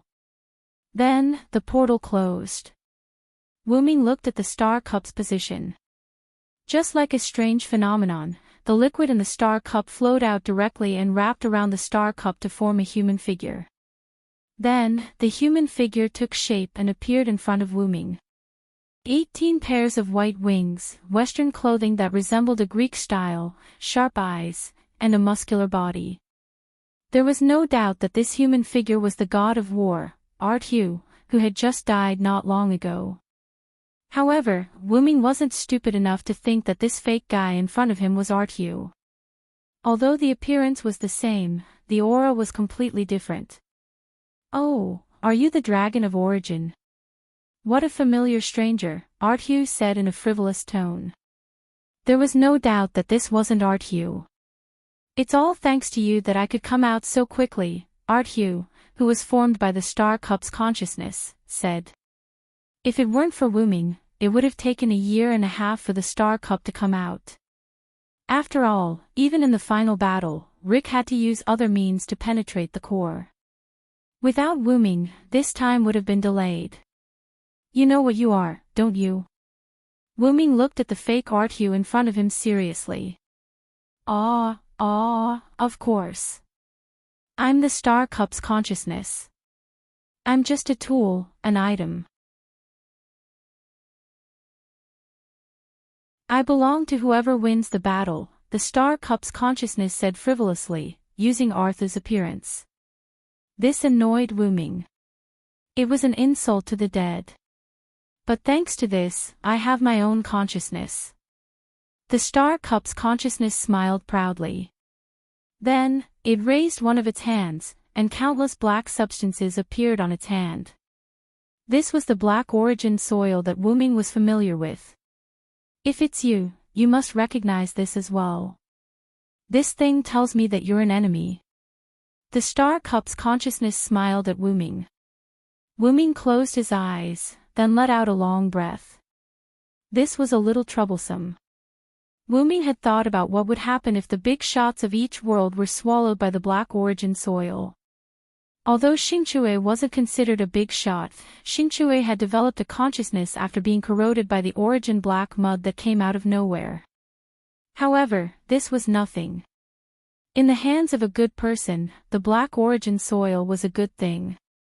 In the hands of an evil person, the black origin soil was an evil thing. The consciousness born by the star cup was something similar to the world's consciousness. However, these people or things affected by the black origin soil would regard Wu Ming as an enemy. Just like Xiao Ming, who traveled to various worlds but was regarded as a world destroyer. The star cup's consciousness and Wu Ming had a hostile relationship. In short, only one of us can live. Wu Ming looked at the star cup's consciousness. There's no other way. My heart tells me that I have to kill you. You're tuning into the LoveLore Library YouTube channel. We're so grateful for your support, and don't forget to subscribe to join us on this incredible journey through captivating stories. Your generosity through donations truly makes a world of difference, as it's the primary source of revenue that allows me to expand and enhance this channel for you.